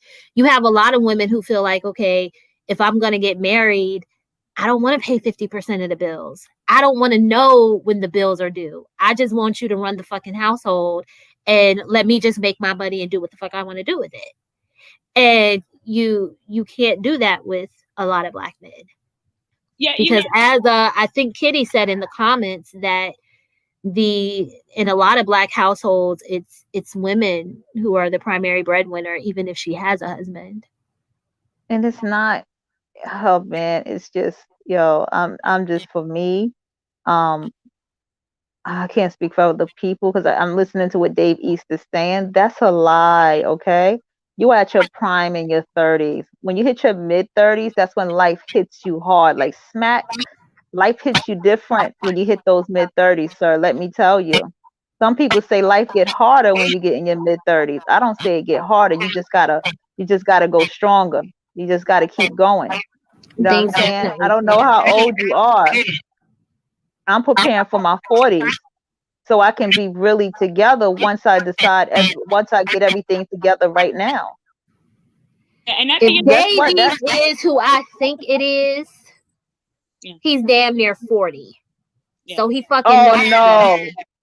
If it's who I think it is. Yo, stop this bullshit. Okay, stop this bullshit. First of all, goal oriented. Yes, I am getting my PhD so I can help little Black boys and little Black girls. What are you doing? Congratulations. What are you doing with your life? That's a way to discredit it. Black men are just mad that Black women have most of the degrees in the Black community. That's all it is. I see right through it. I got a PhD so I can help little Black boys and little Black girls. What do you do with your life? And then also, do I not see how men might consider that disrespectful? If they consider it disrespectful, they're not the right man for me. Next.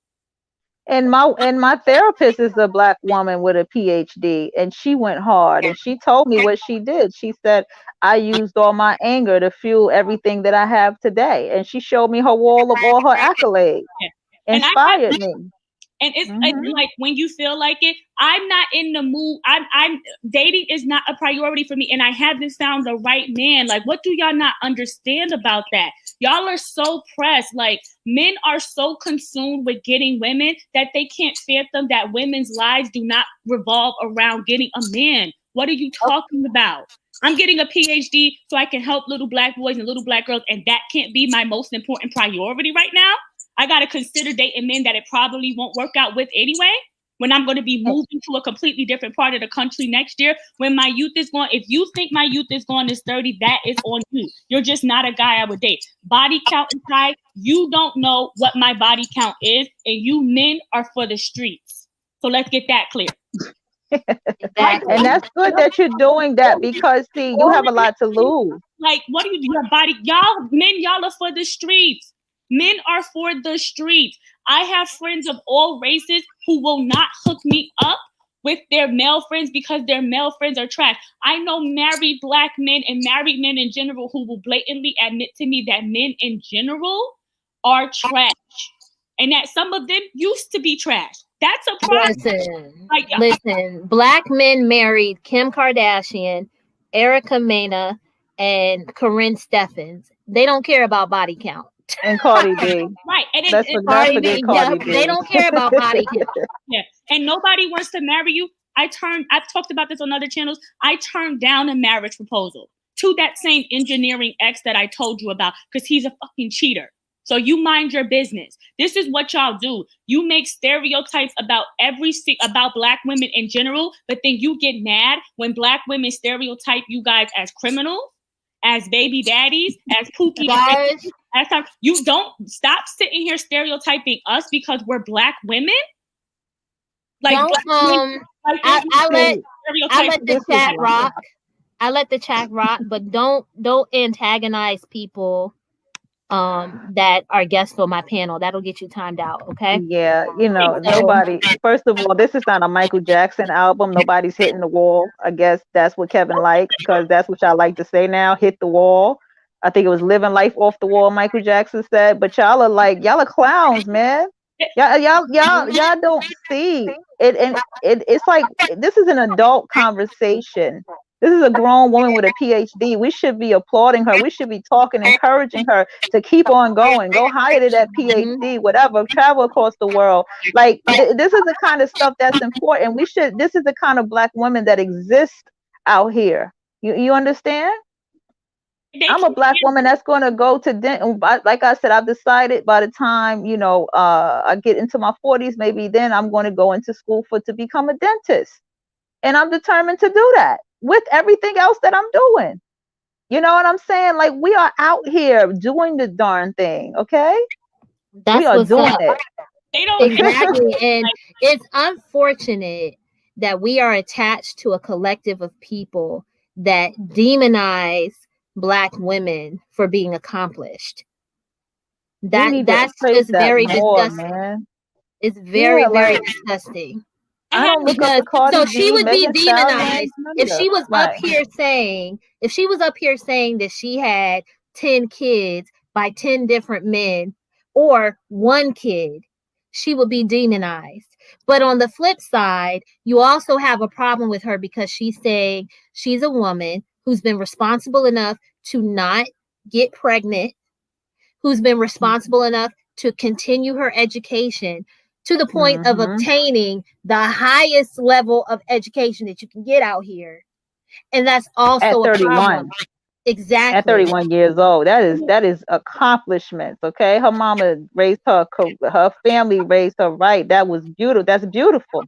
So to me, I'm a mother goes back here. to what we were saying earlier. It doesn't matter what you are as a black woman. It doesn't matter what you do, what you accomplish. None of it is going to matter to certain men. They're always going to have something to say. That's exactly my point when I said earlier, black women can't win either way. I have an Ivy League degree. I'm getting a PhD. I've lived on my own for 10 years. I'm financially stable. I've never been pregnant. I don't live in the hood. And I'm gonna get demonized anyway. Oh, well, you have too many degrees. Kevin Samuel says you women with PhDs don't get wiped up. Oh, you don't have any kids, but you better have them soon or whatever, because your eggs are gonna be oh yeah, you have all of those accomplishments, but you hit the wall. As a Black woman, people were, oh, you have these degrees and you said you won't date a man who makes worse than you, so less than you, so now you think you're all that. As a Black woman, no matter what you do, you cannot win. You cannot, you have to understand that. You will always be scrutinized. Oh, you're masculine. No, you probably didn't grow up with a dad, and as a consequence, you're feminine. Because a lot of these men who call no, they're feminine. You can't even handle being wrong to a woman that you don't even know in real life. That's feminine. He didn't belittle you, sir.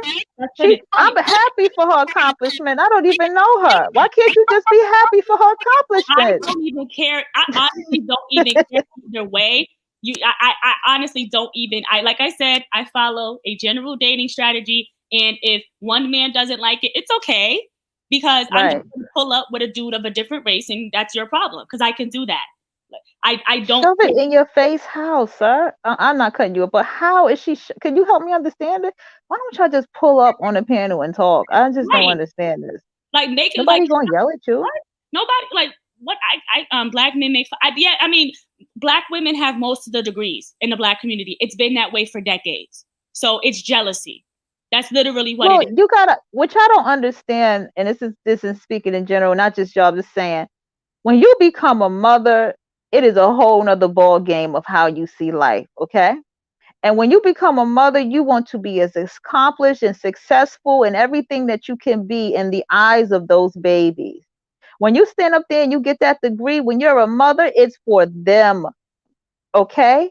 It's never for you. That's what happens when you become a mother. That's what makes you get up and build those accolades. I'm not gonna lie, I am angry. I'm not a bitter, angry Black woman like that, but I have a lot of anger, and I'm justified in my anger because I shouldn't have to do it alone.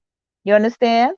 So I got to take all that anger to fuel me to get the things that I need to get accomplished, and I will. You know? Like, I mean, it's really simple, guys, but it's not, should this woman here in the middle, I don't know, Barbie here, I don't know your name, but look what she did. I mean, she has a PhD at 31 years old. I mean, it's so much she can do by the time she's mid-30s to 40. That's beautiful to me. I love to highlight Black women like this. Women in general like this needs to be highlighted. But y'all, you know what, you Black men, they don't attract women like this. Y'all attract damaged women with multiple children, and y'all want those women in y'all lives. Y'all want to come around women like us and damage us. That's really the problem. You know, you got a lot to lose too. You got to be picky. You got a lot to lose if you make a mistake with a man. She can't afford it. No, and I'm not pulling anybody else. I will have the PhD next year, but to your point, I will be 31. I'm working on my dissertation now, but yes, that's exactly the point. Like, I was this week, somebody told me Black women like you who won't date down are the problem. I don't give a fuck. I really don't care whether you think I'm the problem. Instead of being worried about women like me who won't date you because you don't make enough, you should focus on making that amount of money. You're not entitled to anything. It's the same thing as the entitlement with respect. You have to earn your respect. If a woman says, I make $100,000 a year and I don't want to date you because you only make $70,000, then it is what it is. Black women get stereotyped as gold diggers, but we're the most likely to date and marry down. That does not make any sense. Women who make more than you are not obligated to date you. They are not. So if you want to get $100,000 earning high value women, you need to focus on how you can earn $100,000. We don't have to lift you up. It is your responsibility. Stop complaining about it. Back and forth. Be a man, and you be the type of man that you want to attract in a woman. If you want to attract a woman that makes that much, you need to make that much. If not, keep it moving. No more of this. No more of this bullshit. Black women like you are the problem. Sir, I don't care. I think men like you are the problem. Keep it moving. Keep it moving. So with me, no, you have to, a man has to have certain things or I won't even entertain you. I will not entertain you. That's how it's supposed to be. I've been in a downtrodden place And I've been around Lolo. some low black men, like, years ago and stuff. And I can tell you, some of y'all don't want anything. Y'all don't want nothing. Some of y'all just comfortable where you're at. Y'all can have nice, good job, money and stuff, and y'all could just be comfortable there and complacent and just like, yo, what the hell? I can't no more, man. For me, I decided to focus on my goals, and whoever wants to date me, then fine. But I just ignore y'all. I think y'all have become so. And whoever wants to date me, then fine. But I just see. Why do I just echo? Ignore y'all. Is that Lolo? Hey, whoever that is, you have to turn the YouTube video off.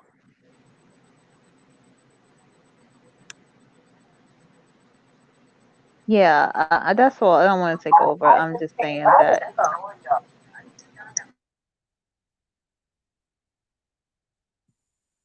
Hello.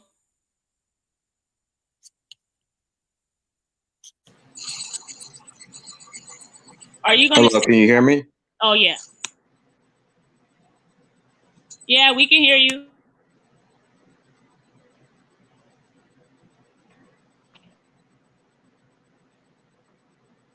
I can't hear you. We're not saying anything. I'll come back in. Talk. Okay. Weird. But yeah, black women, you can't win. That's the point. I don't know why I can't see, like, when I look at the actual YouTube stream of this, I can't see all of some of the comments. But at the end of the day, the point we're trying to make is black women, you can't win. Nope. You can't win. You can't. Just be yourself. Live your life. Live it how you want to. Accomplish all the goals that you want to accomplish. Just start with loving yourself, black women. Fall back in love with yourself. Get encouraged and inspired by powerful women. You have to start somewhere for yourself. I'm big about laws of attraction, and that is the beginning. I'm telling you. You just have to ignore this kind of foolery. It's too childish. It's very childish. And you're dealing with a lot of narcissistic behavior too. That's another underlying thing that's going on out here. Especially on YouTube. Men are the consumers. Do you think we don't know that men are the consumers? We know that, and it doesn't matter to me because I'm not interested in, like, I'm only interested in potentially being consumed by certain types of men, so I don't care. I could not care less. Like, I don't understand. I mean, it doesn't really matter if you understand, but the point that we're trying to make is, like, we're not the type of black women who care. Yeah, I know I don't. I don't march. Black Lives Matter. I don't march out there. I don't wear your t-shirts. I don't support your YouTube channels. I just really don't care. Yeah. What does this person do? Bruh. No, I can hear you now. Can you hear me? Yes. Okay, this is T3 from the chat. Hello. Okay. You gave the link, so I came up. Are you gonna it sounds like you ladies were about to conclude, though. I didn't catch the last couple minutes, but what would you like to say, sir? Like to say? Okay, just regarding the Kevin Samuels piece, I mean, I don't see why there's so much pushback on him from black women when that's the majority of his audience on any given night. He allows calls and dialogue between black men and black women. He's about black relationships. Yes, he's had 2 failed marriages. So as my father, so as a lot of people, I mean, I don't understand why that would invalidate his information. How is a dating coach qualified? A man who's he's never said he's a dating coach. That's even worse because that means he's not even confident enough in his advice to describe himself as a dating coach. So that's actually even worse. He said he's an image consultant. Well, people call into his show, as do most black people on YouTube. They shouldn't. With dating questions. Okay, they shouldn't. That's the point we're trying to make. They shouldn't. You're missing our point entirely. So you're trying to police the behavior and activity of other black women? No, that's not. We can't. Unfortunately, we wish we could. We could, because we wish we could, but we can't. We're giving our perspective. You have your perspective. Our perspective is that he is one of many Black men on YouTube who Black women should completely ignore, and Black women need to recognize that there is nothing that you can do. You're always going to get feedback. I gave myself as an example. Ivy League educated, about to have a PhD, no roommate for 10 years, financially stable, no children, in shape, attractive. I still get pushed back. I'm giving myself as an example. I'm not, Black men like to invalidate Black women, and they like to invalidate Black women by saying, are you a baby mama? Are you overweight? But you all suggested that I was a baby father, and I'm not. I don't remember suggesting that. No, I didn't suggest that. No. I never You suggested it when I put it in the chat. Yeah, you did. I can go back in the chat and pull it up. But okay, no. I was thinking about what I'm talking about. I'm saying y'all hear me? I did not just say that. Yes, I hear you, Leah. I'm saying okay, good. I'm just testing it. I'm gonna go back on mute. Y'all go ahead. But the point, and I want to. Point I'm trying to make is, Black women cannot win, and Black men like to stereotype Black women and find a way to invalidate us. You're overweight. You're a elephant. You date Pookie and Ray Rays. You're a baby mama. You live in a hood. You're on welfare. They like to try to find a way to invalidate what Black women are saying. And if that's the case, we can disqualify Kevin Samuels because he's been divorced twice. If y'all want to play this game, we can play this game. And I want to tell you, here's my issue with Kevin Samuels. 13 years. So I don't see why. What? My father is married. He just left. He just left my apartment, and he's been married for 13 years. He's been divorced twice. Okay. Would I not take dating advice from him? I would argue you shouldn't take advice from him unless it's what not to do. That's why I don't like. That's what I'm saying. Which are the exact conversations that I have with him. Good. I have those conversations with him. So you shouldn't be taking conversations about what to do because he doesn't know. That's what I said. Kevin Samuels. I clearly said Kevin Samuels can only give people advice about what not to do. That's what I'm saying. He has on top of that, track record of success. And he encourages women to stay with men that abuse them. I've heard him do that. Why did you leave? Why did you leave? Oh, he hit me, and he won't even believe the woman. That's not good. That's not good at all. Okay, so we should just believe the women when we're only hearing one side of the story. Exactly. You just proved my point. Here's the thing. Whoa, hold on a second. Here's the thing. Mode squad. Thank you. No.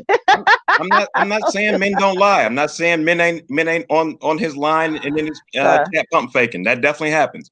But what I'm saying is this: when I asked my mother why her and my dad never got married, why they broke up when I was 8 months old, why I was, live with my father every other weekend, what have you. I got one story from my mom for 35 years.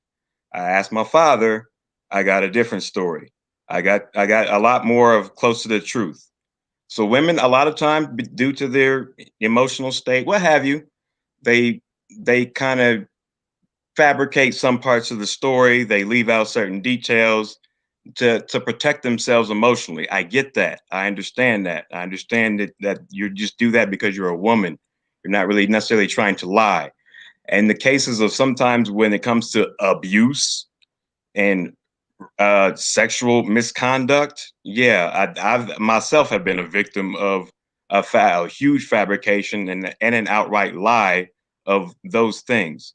So yeah, I can definitely see why you don't just listen to this woman say, "Oh, he was abusive." How? He hit me. Did you call the police? No. What? Okay. Did you ever press charges? Well, you know what? See, now I'm glad you said that, because in the Black community, you are made to be shamed for calling the police. I called the police on my children's father, and they made me feel like I should have never done that.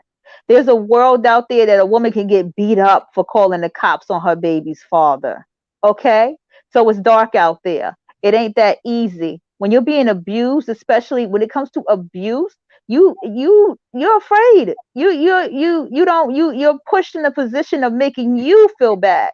It's no different than a person who gets sexually abused and they believe it's their fault for the sexual abuse, because you know what, women? It's your fault, women. It's your fault you was abused. It's your fault he hit you. What you do? What you do? Oh, he was raped? What did you have on? This is what women have to go through in this world, but nobody sees it this way, sir. Exactly. Oh, he Do hit you you? realize, Oh, he hit you? Well, do you did he hit you with a fist how or did he slap you? underreported? Do you realize Yeah. how underreported domestic violence is? And all I'm asking you ladies to do is to start reporting it every single time. Well, I you agree. can say that, sir. If you Where's ain't your accountability? Is what I'm saying. I'm not hearing a lot of No, it's Talk not the that talk on easy. men who abuse you. Absolutely, I would agree with that. What? It's not that easy. And I to report it every single time. Do you not understand the reality that some of these women are placed in? Do you not understand? Like, Megan Thee Stallion has been abused by 2 different black men, and she didn't call the cops either time. That she chose. Okay, hold on, sir. Sir, no. Hold on a second. Because I love when y'all use that example. Hold on a second. She chose Hold a on, man. sir. She chose a man that was raised from the hood of Toronto, Canada. Okay, but still the hood areas of there. Has tattoos all over his face, neck, chest, back, arms, legs. I have tattoos, sir. He puts these kind of things in his music, and he shot her? Really? So where's okay, sir, hold on. Hold on. Let me jump on this, y'all, please. Hold on. Wait a minute, sir. Let me help you understand something. Hold on, Leah, let me get this. Hold on, sir. Hold on, sir. Let me get this. Okay, sir. When you come from abuse, abandonment, neglect, narcissistic abuse, sexual abuse, when you walk out the door, sir, what the hell are you going to attract when you walk outside? You think you're going to really attract someone that's decent? You shouldn't even be in a relationship. I'm speaking this even for all the people who are like myself. When you come from abandonment, when you come from being thrown away, when you come from sexual abuse, verbal abuse, and these type of things for when you were young before the age of 18, when you walk outside, you're not going to make the wisest decision, whether the opposite sex or the same sex in your relationship. You're not even going to probably make the wise decisions about jobs or whatever it is you're going to do in your life. People don't have compassion and understanding of these things. Those men that she attracted, that might be her mom and daddy. That might be her father. They might be just like him. Or her uncles or the men who raised her. Nobody thinks about this. People also forget this. People can be tricky. And let me tell you, the guy from the hood is the most trickiest. People from the hood know how to play the game. They know how to hustle because they're from the streets. And unless you have an adult around you that could spot that out for you a mile away and tell you, nah, don't deal with that, that person's not what it seems, then you're going to have to learn this world differently. It's wolves out there. And you're going to have to learn to live amongst these wolves in the world. See, people don't think about that side. Everybody's not just choosing the thug. It's the stupid women that come from the suburbs that do that dumb stuff, okay? It's those women that have good families and their family love them. They want to be around thugs and all that kind of stuff because they think it's fascinating. The women who have circumstances where we just don't know, before we have to learn by the time we're 30 to 40 years old that this is not okay. We go get therapy. It's different, sir. Notice the complete lack of accountability on the man. It's the exact same argument that I made earlier about the men who don't take responsibility. Men don't try to control other men. I'm speaking. They don't take responsibility for the fact that they're 50% responsible for getting a woman pregnant. Why is the conversation not that Tory Lanez needs to take his ass back to Toronto and get therapy so that he stops putting his motherfucking hands on women? There's no and shooting them for the man. She chose him, and he's choosing to put his fucking hands on women. So he needs therapy, quite frankly, because even if all of these women avoided him, some of these men are out here, they're kidnapping women, they're taking women by force, they're taking women that they're not even involved in, they're trafficking women. There is no fucking accountability for the man. She shouldn't have chose him. He's choosing to put his fucking hands on women. And before Megan, when his ex-girlfriends came out and said that when she broke it up with him, he was fucking harassing and borderline stalking her. He has a problem. The women have the responsibility to stop choosing these men, but these men don't have any responsibility to stop choosing to put their fucking hands on women. That's why the fuck I have a gun in the CCL. Nope, that's what not according to the black man. It's your fault you got raped. It's your fault you were molested. It's your fault you chose that man and he slapped you up. It's your fault you got shot. Because you know why? You hate us. Exactly. Why don't y'all just say it? Black men, y'all hate us. Y'all hate us. I do Y'all not hate little women. girls. I do not hate y'all black hate women. us. Okay, and that's why y'all do it. You hate black women, and you think black women are responsible for that. You don't want to hold black men accountable, so you hold black women. There's not too many arguments that black men make about black women that black women can't make about black men. We don't know what happened that night with Tory and Meg, so I mean, you cannot be serious. It doesn't matter. He shot her. Regardless of what we've heard happened, multiple what stories. we do know, what story, sir? She got shot. Hold up. Wait a minute. What we do know is that by the end of that night, she had been shot in her foot. Okay, so let's not do that. Okay, we know because the medical records have been made public, and we also know because he's come out and said a lot, but he's never accused her of being violent. He's never said, "Oh, I shot her in self-defense," because she was. So let's not do that. Yet again, she hasn't pressed charges. The larger point. He hasn't pressed charges. No, he's been arrested. Oh my God, sir! Did you hear anything I just said? There is a world out there that women can get. Your put fear is put in you.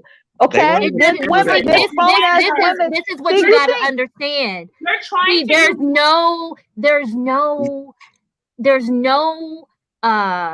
point in trying to reason or logic.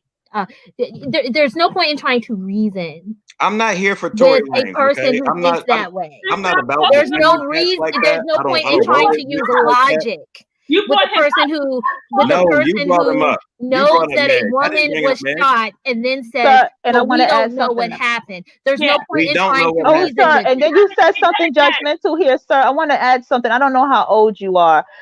Again, I believe I say it's about what level of life you're on. I know plenty of guys that have tattoos and piercings, and they're dope people. They're artists, they're creators, and they travel and they don't shoot people. And if one of them shot somebody, I would be a lot more shocked, a lot less shocked than someone without that. That's all I'm saying. Because you're judgmental. Because honestly, the people. Because see, as somebody, Right. No, I'm not judging you at all. I don't know you. I'm not judging you at all. You deserve to get judged because you do what a lot of people do. You have no fucking accountability for the men who put their hands. If she needs to choose not to date these types of men, these men need to be grown fucking adults and choose to go to therapy so they realize they don't have their fucking right to put their hands on women. And you have no accountability for the men who do this shit. So if you're judged, you fucking deserve it. I don't know who. And I want to tell you something else, black man. Out of 100%, what percentage of black men do you think are good? Out of 100%, how many of them are really good? You're the type of black man who would blame your daughter for being in a domestic violence situation. Oh, sweetie, what did you do? That you like, or his friend molesting her, because that happens too with these black men. But you know what we have to start doing is using their logic when they are in certain situations. Like Nyla said, okay, so would we say the same thing about George Floyd? George Floyd performed actions that day, as well as another time where he was arrested. If you guys, I don't know if you guys have seen the entire tape. But if you've seen the entire tape, okay. Did he deserve to get killed? Absolutely not. Nope. The things that he did in his life before that deserve him to be killed? No. We know it had he been white, it wouldn't have went down like that. We know that. So no, am I gonna say he put himself in a precarious position? Yeah, he did. He was complaining about not breathing like 15 minutes before the tape that everybody saw ever came out. George Floyd is a clock. He was 6'2". He let somebody lay on his neck. What we have to do, since we don't know what happened in the car the night that Meg the Stallion was shot, okay, then we don't know what led to the circumstances surrounding George Floyd being killed. We don't know what happened to the guy in Wisconsin who was shot in the back when his kids were in the car. We don't know the circumstances around that. So that's just what we have to start doing. So if we can't believe women when they say they're being abused, because you understand that it is, statistically speaking, it's extremely rare for women to lie about being raped and being abused. No, it's less than looking at the data and the statistics where they have, you're talking about people who have reported that they have been abused or they have been raped, and as a result of the investigation, it was determined that she was lying. Okay. That happens less than like 5 or 6% of the time. Okay, we have to understand that. So the majority of the time, the overwhelming majority of the time, when a woman says that she's been abused, that she's been violated, that she's been sexually assaulted, the overwhelming majority of the time, she's telling the truth.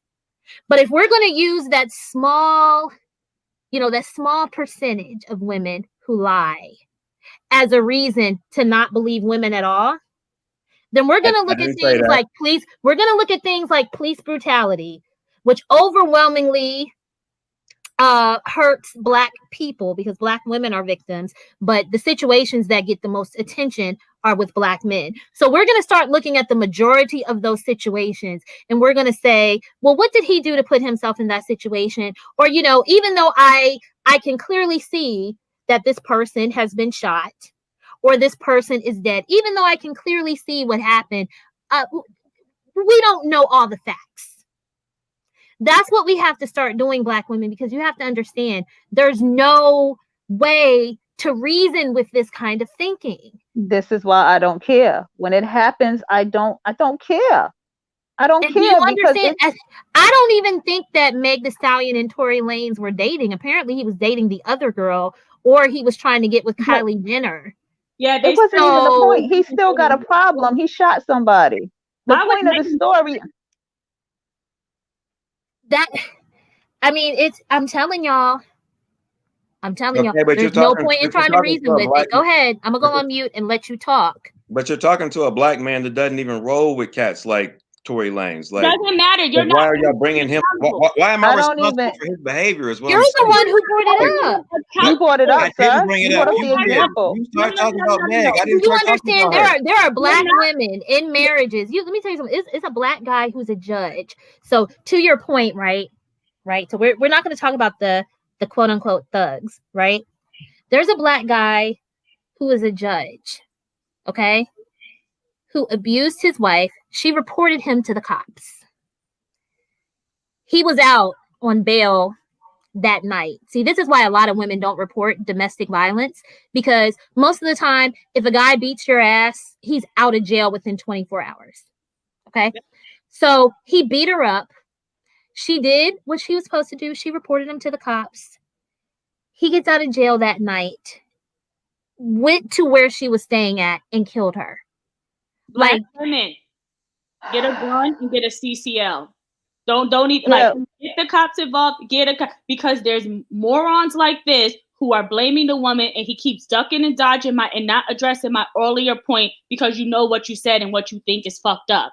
You're not holding these men accountable. And at all. What you're not going to do is use the Megan Thee Stallion, Tory Lanez situation. I didn't use that. Y'all brought that up. Why do you keep blaming? You keep putting this on me. I didn't bring that up. Hold on, we gotta also look at something else too. I don't remember who brought it up, but you defended him. It doesn't matter who brought it up. It doesn't matter who brought it up. It doesn't matter who brought it up. Once it was brought up, you still used it as an example of something, which is that it's Megan's fault because she should have. I never said it was her fault. You said why did she choose a guy like that? You said why did she choose a guy like that? But it's about hold on. Everything. I don't know your beliefs, but everything is about like I just was saying. First of all, Meg is young and Corey, both of them are very young. They're not even 25 yet. Okay, so we can't blame either one of them then. So we can't blame either one of them then. No. It's not about that. The question I have for Megan is, what is going on in your life that you've attracted that? Because I look at things that way. To a single mom. She had a rough childhood. She's from the hood of Southside Houston. Okay, Meg is exactly who she's supposed to be. She's living her life. Let her live it. If she gonna roll with ninjas like Tory Lanez, that's who she gonna roll with. But hold on, That's sir. who Do she you attacks. understand that there's a world out here where there are young women and men that's the life they know? They don't know And anything I'm else saying until that's they fine. decide. I'm Until saying they that's cool. decide. Let her It's live not her So life. fine. don't do that, sir. It's Because not there are very educated black women that have been with black men that are six figures and they still do the dumb shit like Corey Lanez. What is their right. excuse, sir? What are you saying here? I'm Don't telling you you, black men get it? don't let It's black. them get under your skin and Oh upset no, you. he's not under my skin. I'm a passionate speaker. Listen, sir, you Okay. black men fail to realize this, and I'm gonna have to say it this way. A lot of y'all fail to just say that y'all are pieces of caca. Okay, sir? Okay? Y'all need to go take a poop because y'all full of it. Y'all full of caca. Y'all really are. And y'all don't want to admit this. Instead of saying, yo, these men are messed up. I'm trying to control my language here. Y'all don't take no responsibility to say that. These men are pigs. Y'all don't take no responsibility to say I that. have Y'all look at the woman. Y'all look at the woman and say it's all your fault. It's all your fault. And that's not the case because guess what? There's some women, they don't know men. They don't know the ways of men. They don't know how deceitful and messed up men can be, how sexually deviant men can be. Don't let me get to the sexually deviant conversation with you men, especially black men. Don't let me start there. See, that's the problem. Little girls are not aware of y'all. We're told to watch boys, but we should have been told to watch men. That's another topic in the black community that's not being addressed. There's young girls out here right now getting blowjobs and stuff, the grown men, okay, in the neighborhoods. Nobody's talking about that. These girls are getting turned out. Y'all are kidnapping them, pimping them. Don't get me started because I can talk from the other side of things with y'all. Y'all are disgusting. Y'all are disgusting. And I've also, never So done don't any sit of those here. things, Hold man. on. And I've then never you done got any of those girls things. that are around men like y'all, and you want to tell them what to choose Men like what when they them. walk out the door? They to walk out the door. I'm not attacking you. I'm talking about men like that. You want us to do what when we walk out the door, sir? All of us don't come from nice, loving mom and dad, sir. I'm one of them. All of us don't come from our mom and dad raising us. I'm one of them, sir. When you walk out this door, unless you get therapy, that's the only way you're gonna get it right, or you're gonna choose right out here, man. It's real, and and y'all don't understand that side. you keep trying to excuse yourself from other men because allegedly you haven't put your hands on women, and that's great because you shouldn't. But at the end of the day, you keep you at the end of the day, you're still excusing the behavior. You keep saying she I should. haven't vouched for not one man yet, miss. Not one. You're not. I didn't even vouch for George Floyd. You're not hold. No, no, no, no, no. Name a man I vouched for. What? Name a POS black man, as y'all say, that I vouched for since I've been on this stream. You're not holding these men accountable. Basically, I held George Floyd accountable. He's dead. I'm not What are you talking about talking that. about? I'm talking about men God. like Tory Lanez. You consistently I blame. don't roll with cats like him, man. It doesn't matter. I'm not saying you do. What I'm saying is you don't hold them accountable because you consistently keep blaming the women and who they hang out with. I'm not playing this little low IQ semantics bullshit that y'all like to play, and you're not going to keep twisting my words. I'm not saying you hold up who you hang out with guys like this or that you put your hands on women. I'm specifically saying that you have repeatedly blamed the woman when you should be blaming the man. And you're not even denying it. You're trying to say you're not. I'm not blaming Meg for what happened to her. But When have I said that? you're saying she shouldn't have chose that type of man. I'm saying she chose the guy that she's going to choose based upon where she comes from. And That's just life. We're all men not should going to not pick be like putting their a hands greater on person. women. That's what the fuck I'm saying. Exactly. That's Men exactly should what not I'm be putting saying. their hands on women. You keep saying that that's who she chose. These types of men shouldn't fucking exist. I don't But they understand what you do, don't think ma'am. about that. And they do. And they But always have. you should But be they're Always going to will. exist. accountable. But You see, shouldn't be that's saying that it's up to the woman to avoid them. I You should be didn't say saying it that was her. Oh my that's what God. you All said. right. I'm going to go on mute. I'm going to go on hold mute. on. Let me go back to Go what ahead. he's saying. No, I get what he's saying. He's saying the same thing. He's saying the same thing I'm saying, and I want to hear. I'm not trying to defend or nothing like that. I do want to hear more of what he's saying from what he's saying. You say we attract who we attract, right? So what you saying after that? What's Yes. your point, sir? Relationships are reflective. When I look back in my Absolutely. own life on all the women that I chose and what they did to me or what happened or what went right or went wrong, I have to look at myself and say, oh, well, yeah, you kind of attracted that because of how you were moving at this time. Now, how Meg is moving, bent over, twerking, half naked, with her tongue out every time we see her, saying the B word, every other word out of her mouth. Yeah, that's probably the kind of guy she's going to attract. That's what she's Not talking. really. She's talking it. This. So she Not. Like can't one touch of her it. lyrics says, Right or "It's wrong. 2020. We ain't fitting to argue about twerking, okay?" Yeah, Oh my nobody. Hold God. on, sir. Okay, Sir, that's not true. y'all ain't responsible Sir, for hold anything on. else. Wait. That's not true, Y'all sir. can twerk That's in the not middle of true, a sir. restaurant, in a That's music her. video, wherever y'all want. He shouldn't be putting his fucking hands Oh on my women. God. All right. Hold I'm on. Wait. going No. mute. I'm going I mute. wanna respond to him. Okay, I hear what you're saying, but that's equivalent to telling me because I wear colored hair and I have tattoos and piercings that I'm going to attract a thug or something stupid like that. It's about who you are internally, what you're going to attract. Okay, I attract awesome people like myself. Why? Because who I am internally. It doesn't matter that she twerks and says whatever she says. It's about, does Megan love herself? And how does she go about having relationships with men? Again, she is young. It doesn't matter. I'm living proof that it doesn't matter. I can have whatever color hair I decide to wear for the day, color contacts, whatever anime look I decide. But when I open my mouth, I'm a very intelligent woman. That's all that matters. Very spiritual woman. I have wisdom. That's all that matters. I'm not going to allow no one to sit here and tell me because of, I don't know, I decide that I don't even twerk. But if I decide to twerk and dance and say the B word or whatever the case may be, then I'm going to attract a man that's undesirable. No, honey, it's about who you are internally. I'm only going to attract that if I'm not feeling good about me on the inside. If I have not healed what has happened to me before I was 18 until 25 or whatever, that's what I'm going to attract. And That's what y'all missing out here.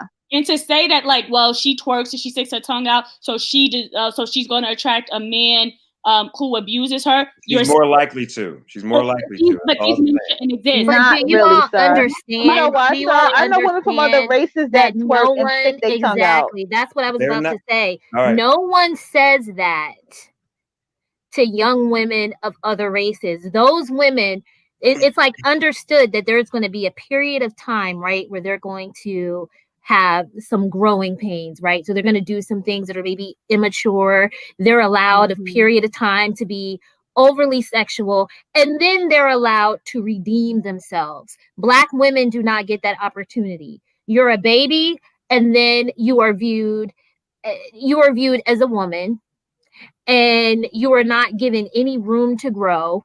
People will look at you and say, well, because Meg the Stallion is not a CEO. She's not a receptionist. She's not a nurse. She's not a doctor. She's an entertainer. She's a rapper. So there are a lot of things that she does on social media to stay in the blogs, frankly, to continue to get attention. Image that she puts out.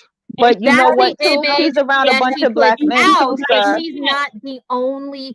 Okay, so if Miley Cyrus or Britney Spears were in the same situation, no one would say, well, I'm talking about younger Britney Spears, right? But no one would say, oh, they deserve it because of the image they put out there. No one said. No, she got a good. No, don't cut her off. She made a good point. She made a good point. Kim Kardashian. No one said that Kim Kardashian deserved to be robbed and tied up and hog-tied, basically, because of the image she put out there. No one says that about other groups of women.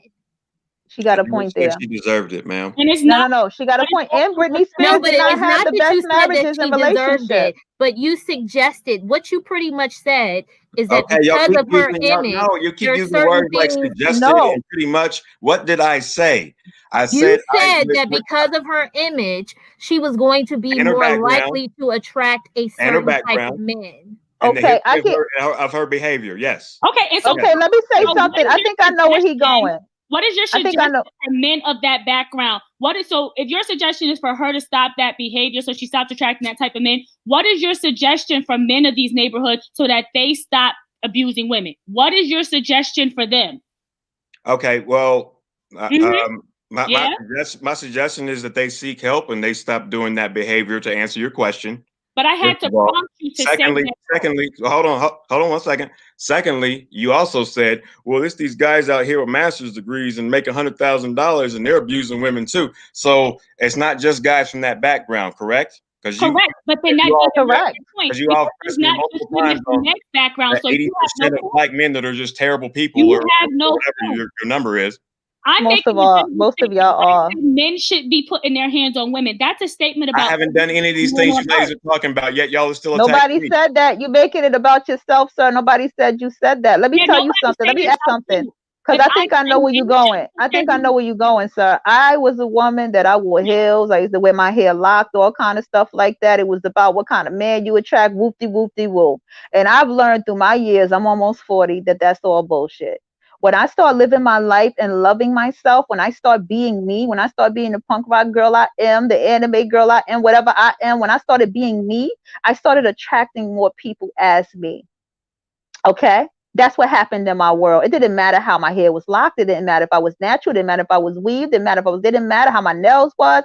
It is about your aura and who you are internally. I believed all that. And today I'm almost knocking on 40 and I see, nope. Because I've been around it all. I've been around the natural man. I've been around the hood man. I've been around this, but and it does not matter. It all reflects about what's going on inside of me. And Okay? I shouldn't have to prompt you to focus on what the man should do to not be abusive, by the way. That's extremely problematic that I had to even prompt you to do that. And then you had to think about it. Privilege. Okay, what would you What like me to privilege do do about I it? have as a I black would like you to woman? start holding Oh men. I'm all about my gosh. solutions, okay? So I assumed you were asking me that to follow up that with what's your solution as to what you're going to move forward with, what you're going to do in the future. So I was pausing to consider my solution. You should know the At this solution. very moment, I don't exactly have one because men don't. I mean, I don't know. We don't go around policing other guys like that. Like But you should. guys are going to do what they're going to But do. you, If they're yeah, going to but you police women. some But you black police women all day. Very good at policing women. But you Very should. good at sorry? policing us. Police women all the time. Black women have the highest domestic violence rates. So, and you're out here trying to police women's hair and makeup and stuff like that. So that's exactly what you try to do. I had to tell a couple I of said guys. that I think you look perfect and you're beautiful the way you were born. And I don't want you putting some white woman or some Asian woman's hair. No, dude, I'm not Yeah, I'm putting. We're sorry. not putting. My Listen, let bad. me speak My for that. bad Let for me saying speak you for were that. perfect the way you were Hold born. on, sir. Let me speak for that. I'm a very creative, artistic woman. I listen to punk rock music. I don't listen to. I listen to rock and roll. I don't even listen to hip hop or barely R&B, sir.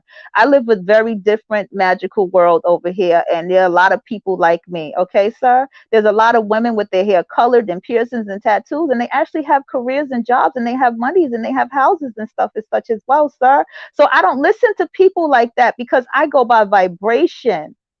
I probably wouldn't even want to know somebody like you because you might be boring to someone like me, as creative and artistic as I am. This is my world, sir. I'm not the same as that girl with the pink wig on when I put that pink wig on. The way I walk, the way I talk, the way I carry myself, the people I attract because of what's internally inside of me. You have to bring that conversation to women that don't love themselves, sir. You're talking to a woman who loves herself, who embraces herself, who has fallen back in love with herself, sir. You have to talk to women who don't love themselves with that. And That's not ultimately, me. I don't wear these colored hair because I don't like whatever. No, because I feel like it. I want to wear red today. Why? Because I'm fighting the world. So I wear red. I want to wear blue today because I feel like wearing that because I feel like it because that's how I feel about myself. I love me. I look good. I look pretty because I'm a woman, sir. That's what it's about. But see, at what the end of the day, what people you're don't always understand about this whole like natural hair argument, if y'all loved natural hair and locks and all that so much, why is it? Why are there women walking We around don't. with afros and locks, baby mamas, right, never Thank been you. married, right. Thank still you. being So get called out of here with average, that. still having their accomplishments diminished? Okay, like, eh, come on. Looking like JJ from Good Times. Come on for y'all because y'all want them to be so natural. Attacking women like me who don't wear it, and a bunch of men of other races and stuff is attracted to me, and they hate it, and they're jealous and they're envious. You know what I'm saying? Because of black men, because they want to follow y'all. They want to do everything black men want them to do. The black man. what they want to do. But guess what? I see plenty of black women with weaves and fingernails and nails, and they're married to non-black men, sir. They're married to them, and they're on Instagram. Okay, hashtag couples making money off YouTube and stuff together. She got that weave, the colors in her hair. He doesn't care. He still loves her. Are you kidding me? To have babies together. Get out of here, black man. You're weak. Tell the truth. You're weak. You're jealous. You're envious of a woman, of a broad. You got the problem. You are the unstable creature, and you have always been it. And you tried to make it seem like it was us. It's our fault you came in the house and molested our babies, right? It's our fault that women were so damaged by you that they just sat back and let you do it, right, black man? That's what y'all did? That's what the fault was? Oh, all these little girls out here, instead of someone taking them in or giving them a home or taking care of them, oh, let's F them. Let's put our penis in their bowels. Right, black man? Are you kidding me? And calling them fast. Watching them from the time they 13, 15 years old, developing. Saying inappropriate things in the house, black man. Are you kidding me? You're weak. You want to say somebody threw you out? You want to say that you couldn't get no job, black man? You didn't fucking want to work. You didn't want to work. You didn't want to work. You're lazy. You're lousy. That's what the hell it is about y'all. Y'all don't want to admit that. That's why you got Kevin Samuel, 50-something years old, still thinking he's 20, looking like an old soldier boy, giving advice, love advice. Come on, man. Y'all don't want to tell the truth. Y'all are weak. Y'all are weak.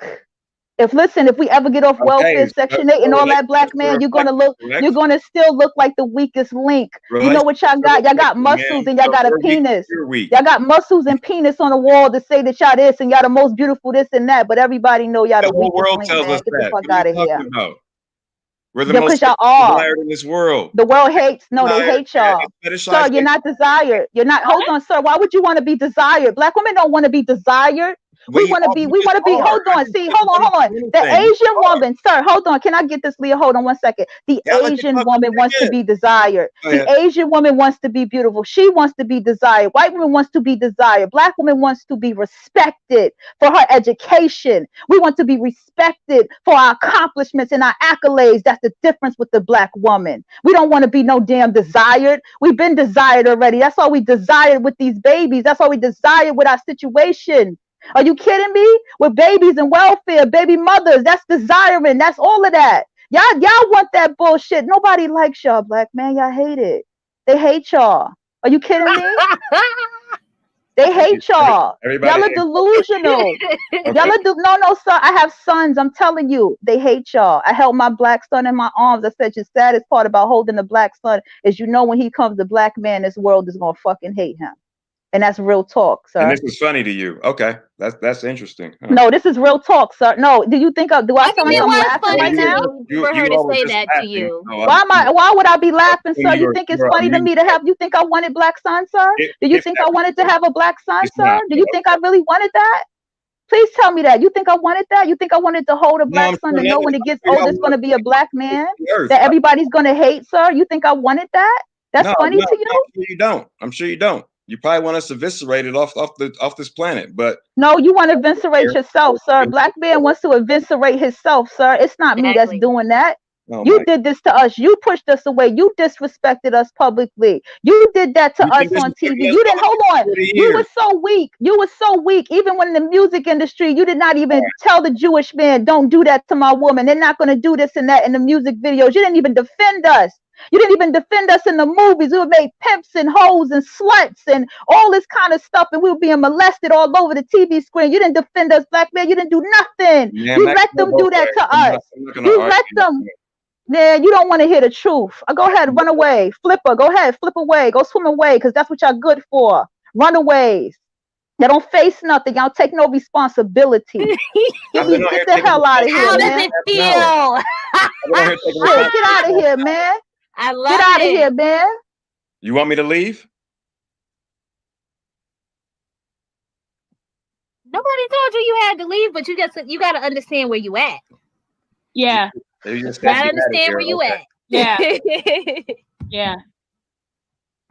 Got to understand where you're at, because the deflecting and all that stuff doesn't work over here. I haven't deflected anything. I've answered all y'all's questions.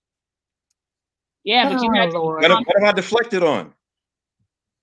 You had to be prompted, sir. You had to be prompted. You have to ask me a question, yes, and I'll answer. I shouldn't have to ask you everything. What abusive men should do to stop being abusive. I should that should be automatic, sir. That's extremely problematic. Oh, man, women are being abused. It's not funny, ma'am. How? Like, no one's answered that question. What does that even mean? What are you talking about? Why do we have to be tasked to be Superman in order to get your respect? Like, that's ridiculous. Why would I respect a man who doesn't hold abusive men accountable? You don't deserve respect. No, we don't. I didn't say. Who have I defended? Name a black man I've defended since I've been here. No. I'm not talking about individual black men. I'm saying in general, based on what you said, I had to prompt you to say what abusive men need to do to stop being abusive, because you repeatedly placed the responsibility of being abused on the women who were abused. I already warned you. You're not going to twist my words into some shit that I didn't say. I already told you that. I said it's an equal act. That's what I said. I didn't place the entire blame on women. I did not. It is not an equal act. I've never done that. Man is the one doing the abuse, so it is 100% on him. Men aren't the only ones doing the abuse, though. I'm talking about when a man decides to put his hands on a woman in a situation that's not like she attacked him first, where he's not self-protected. When a narcissistic, personality disordered man puts his hands on the woman, it is 100% his responsibility. It is 100% his point. You don't get to put your fucking hands on people. Right. And here's the problem with the mammy. Here's the problem with the mammy, because I'm gonna speak from my experience. I had my children's father from years ago say to me, "Oh, my mother said that you be saying stuff that provoke me, and you know it. Okay, you a grown ass man. You a grown ass man. So I provoke you to do the stupid thing you do, to get physical with me." And that's what his mammy told him, and he repeated that back to me. Whether he was telling the truth or not, I believe she did. You understand? It's a battle out here, sir. Okay, we got them. We got the mammies, who's the gatekeepers of the pedos. We got a lot of things working against narcissistic abuse and behavior. It's a lot of things going on out here, and a lot of us in the community need to get therapy to pull out of it, to find something to get ourselves back, because we've been put down in a sunken place by a black man, sir. Men who abuse. We haven't had the power to put you anywhere. Yeah, please. You know what? You got the power. Listen, you got the power. Are you kidding me? The black community been a matriarchy. You can't possibly be serious. Now it's our fault, y'all. See the matriarch. Now they want to make learn from this lady. It's not ours. Not 100%. This is just for observation. Why can't you take accountability at all? Hold on, sir. I take accountability. We're observing the Naker in his natural habitat. Yeah, continue, ladies. Continue. I don't know if anybody else is a mother. I don't know if anybody else is a mother on this panel, but I'm a mother. Hold on. Answer my one question. Y'all, I'm a mother. What you say? I have 0% accountability for anything that's happened in the last 60 years. Is this what I'm hearing? It's all black. What do you mean 60 years? Nobody on this panel, and I don't know how old you are, but none of the ladies on this panel are 60 years old. So how can I be responsible for something that had absolutely nothing to do with me? What are you talking about, 60 years? I'm saying the position of black people in this country. Sir, the position. You did learn history, I'm assuming. When you went I'm gonna tell you something. Do you understand that? Do you understand that amongst most other groups of people, it's normal for the men to take responsibility for the position of the collective? But here's what happened. Because you want to talk about 60 years ago, look at him in his natural habitat, y'all. This is fucking insane. 60 years ago, y'all was saying the same shit y'all all talking right to this day.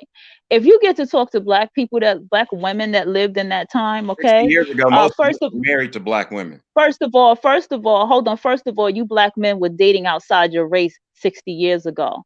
Black men, you have left black women.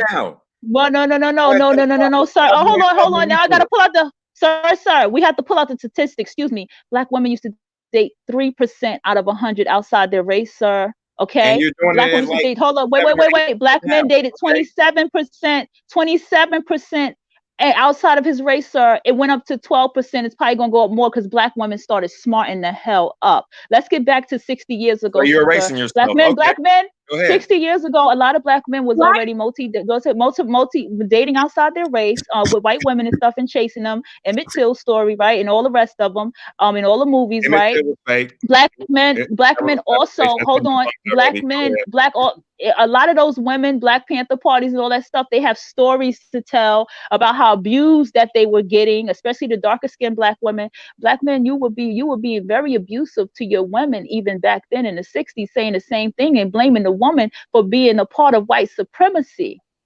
When you still had to be a man, sir. When you still had to go out there and be a man and still be responsible for your penis, for how many babies you made, because some of you made 10 babies and went down the block and went next door and made 10 more babies. Y'all don't take no responsibility. Ma'am, I haven't Also, done let me any tell you things you're talking about. She's not. Oh my gosh. You are selfish, sir. You're self-absorbed, sir.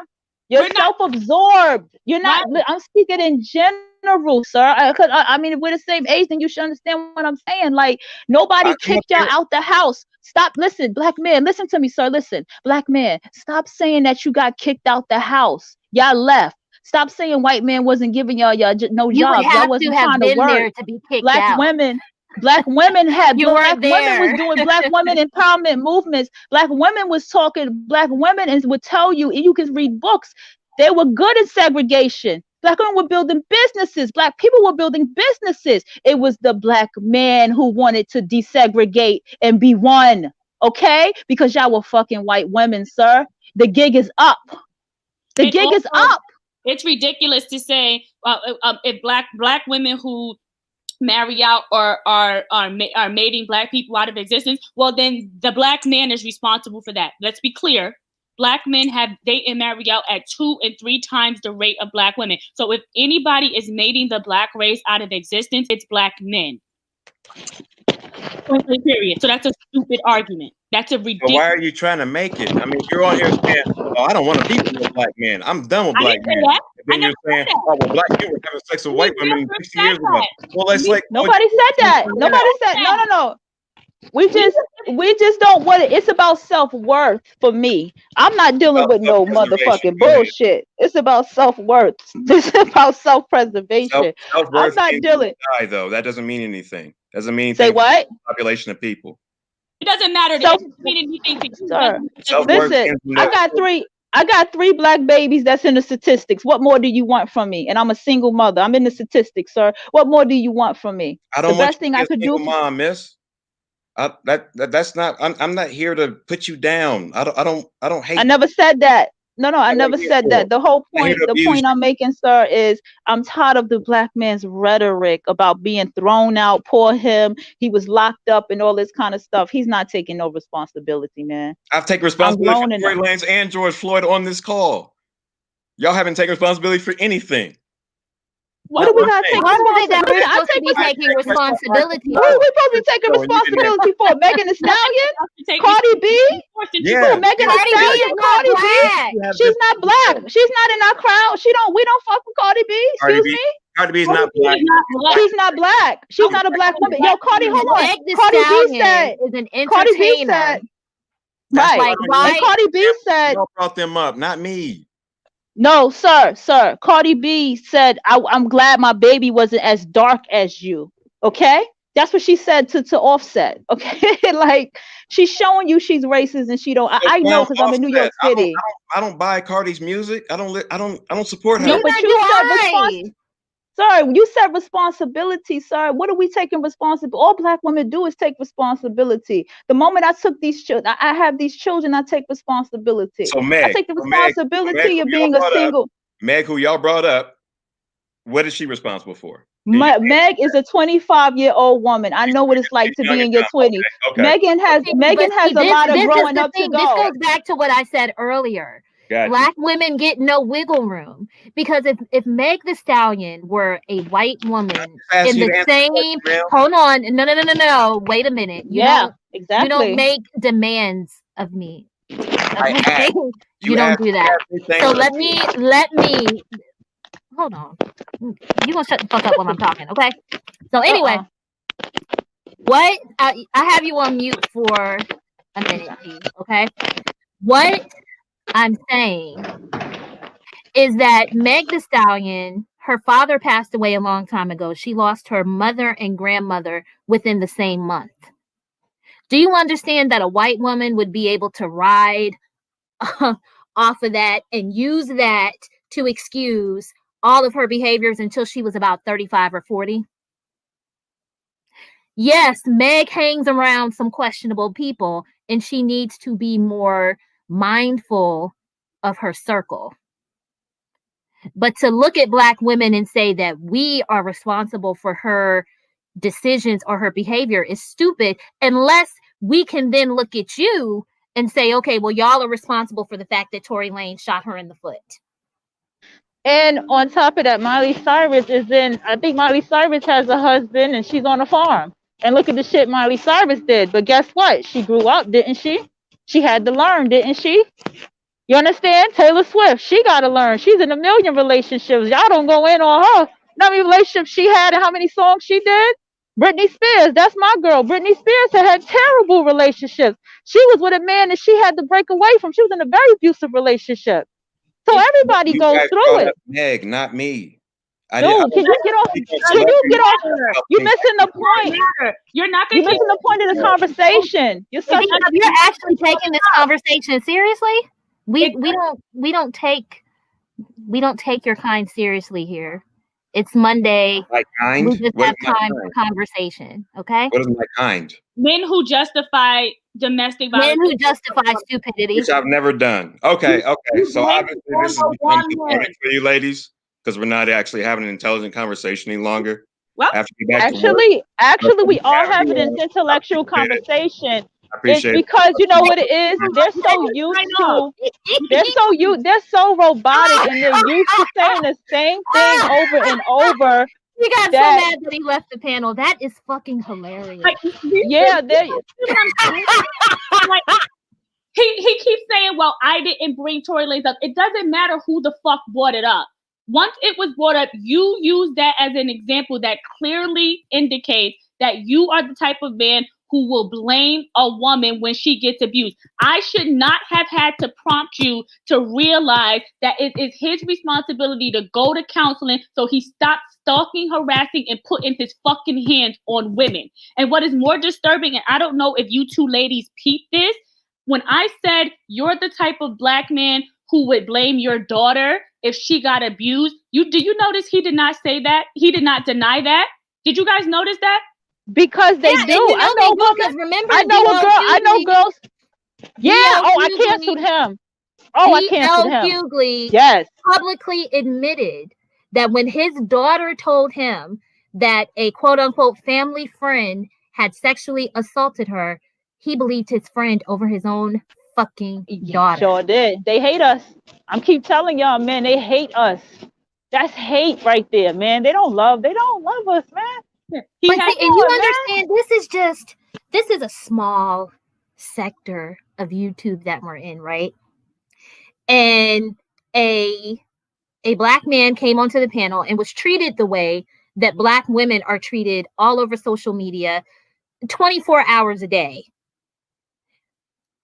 What do they tell Black women when Black women get triggered by things like Kevin Samuels? Well, she's the one that called into the show. And it's like, well, okay, dear, you came onto the panel. You came onto the panel. You should have known where you were. We're not nice to your ilk over here. We do it on purpose. And honestly, it makes me laugh. And it makes me happy inside to treat them the way that they treat Black women. It's probably a little petty and childish, but it makes me feel all tingly inside. That's why I said to do that for them. It is what it is. That's why I said all I said. They don't want no responsibility for their sexual deviance. There's no responsibility for it. I had a Black man say to me like, oh, you know, I had my cousins touch me and stuff like that, but that doesn't mean it's molestation. I was like, yes, the hell it does, sir. It does. You were violated. Exactly. You see? Because see, you have to understand this too. Men don't see sex the way, I'm at the school, sex the way that we see it, you see? And that's why a lot of times when men are violated in that type of way, or even as little boys, because of the perception of how they see that act. That's a part of why they don't tell. You understand what I'm saying? It's really deep, and I didn't mean to go that deep here, but what's more sad to me is look what examples they pull out the window, y'all. I'm at the hat. They pull the youngest unwise woman who's still growing to use as an example, but they never use a grown woman as an example. Megan, Cardi, they're not even 25, 26 years old, guys. We don't want to hear about that. Talk to us. You talked about a grown woman who was with a judge as your example.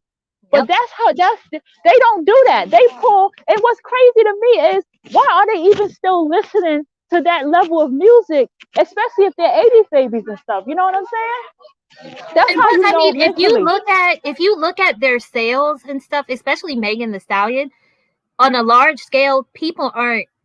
I mean, she's doing a good job to be a new artist, but she's not pulling a lot of sales and streams. So it's not like large numbers of Black women are listening to her or anyone else. And even if we are listening to a song, does not mean that you're viewing that person as a role model.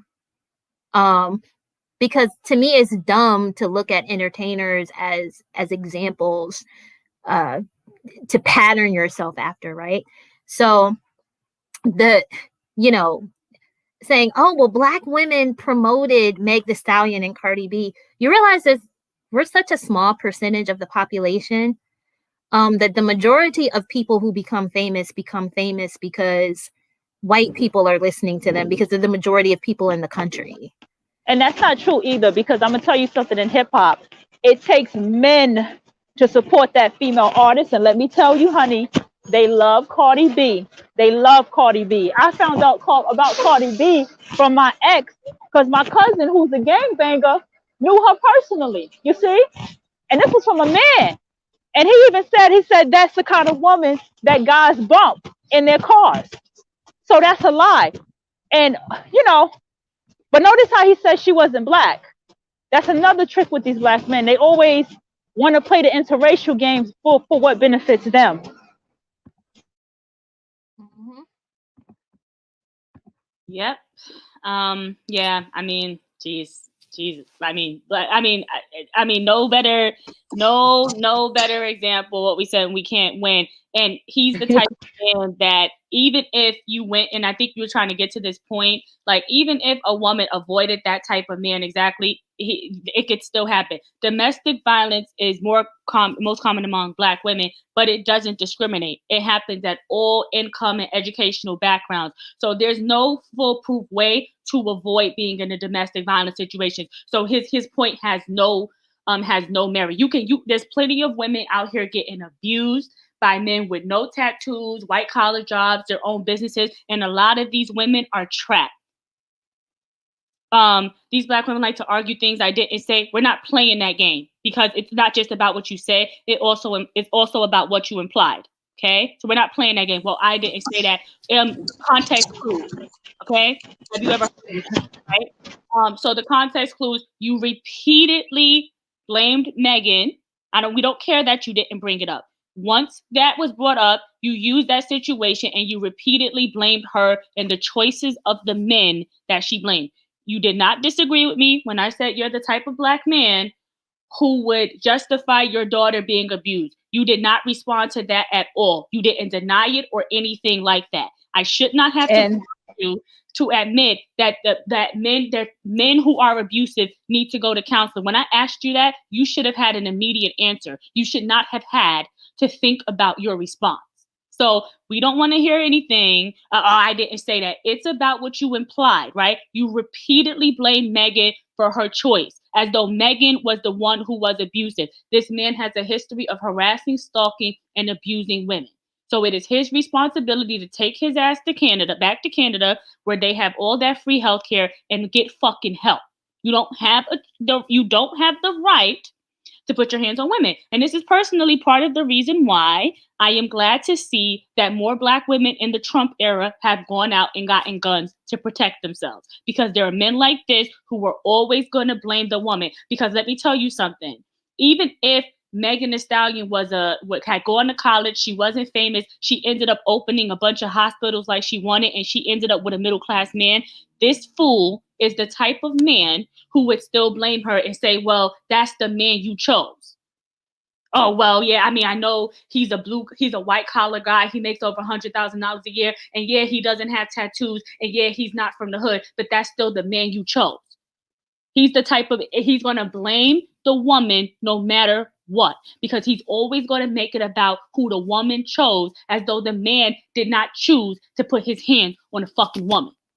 So we don't want to hear that bullshit. Okay? We don't want to hear that bullshit. Point blank, period. Blaming domestic violence on the women. That's fucking disgusting. That's disgusting. And I hope that that untalented ass buffoon, I hope he gets convicted, and I hope he gets deported from U.S. Oh, well, she didn't press charges. It doesn't matter. The police determined that there was enough evidence to charge him with shooting Megan Thee Stallion. Point blank, period. You're not going to get away with any excuses over here. You're a domestic violence enabler. Point blank, period. Cut the bull. Exactly. I mean, it. Also, you have to understand too, there are a lot of male identified women. Okay, Megan was already, if we're going to use her, she's young. I don't fault her. I'm a mother. I'm a grown woman. I get it. She didn't understand how men are. Okay, all those men she was hanging around with, drinking and all this and that, it's obvious she doesn't know the knowledge of how men like you came up here talking, how you perceive women like that. Because see, even women, no matter, black men, do y'all realize how much y'all had tarnished the image of a black girl and a black woman? It's y'all mentality and the things y'all said. Girls being fast and all that kind of stuff, y'all were the ones that said that and put that in our grandmothers and stuff head. You understand? Our grandmothers had to tell us that our mothers had to tell us to change our clothes because you were the pervert. You see how much you have psychologically damaged the community with your wickedness? And y'all continue to psychologically damage it. D.L. Hughley is canceled. I know women who have experienced that, where their fathers, friends, or whatever have sexually abused them, and the father looked at them and was like, are you saying it's my fault? Y'all are mentally ill. And y'all don't want to face that fact. Because what you're saying is, because you are a POS, because you are a sexual deviant, it is my fault. Because I should have known that, right? Mama should have taught me that, right? And because I should have known that, it's okay that you sexually violate me. Why? Because I'm around you and you're a POS and you're a sexual deviant, right? Do y'all not realize what y'all saying? You just said you didn't believe your mother. Tomorrow, what did he say? 80% of the story and 90% of the story wasn't true. And he believed his daddy who was married. And he didn't notice, he didn't say that his father presented any real evidence. Right. He just said he believed his father simply because his dad is a man. But your own mother is lying. You see what I'm saying? Like as if a person who was an abuser would admit it. Right? And he defended Kevin Samuels too, talking about some, oh yeah, but it's always two sides to a story. Like where do y'all people, y'all don't realize what y'all do. Y'all don't like women.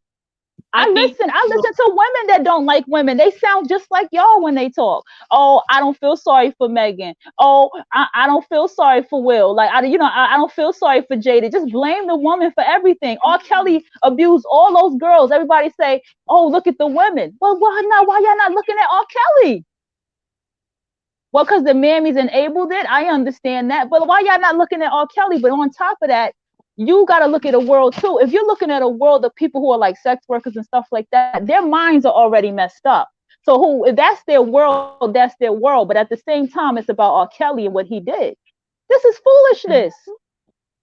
Excuse me. Yeah. It is absolute complete total and utter foolishness. Didn't even have a reason not to believe his mom. Well, this it's the nature of women to exaggerate. No, you're just one of those black men who you're, or he's one of those black men who's going to give automatic respect he's going to give automatic respect to the man, but not to his own mother. It quite is. It's absolutely pathetic.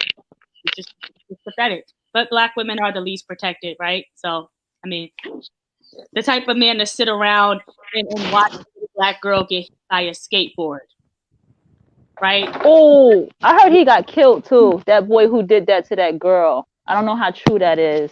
Hopefully it's true. I think he got killed. They killed him. Another boy got killed too. They had stomped this girl out for her sneakers. Yes. But see, this is another thing too that a lot of young girls have to learn. And I talk like this again because I'm a mother and I have a daughter. Okay, you got to understand how effed up these boys and these men are out here. You understand? And these are the kind of things that that can happen to them when they decide to think that they can hang out with them and be their friend. You know? And I don't talk to my daughter. This is another thing that's important, mothers.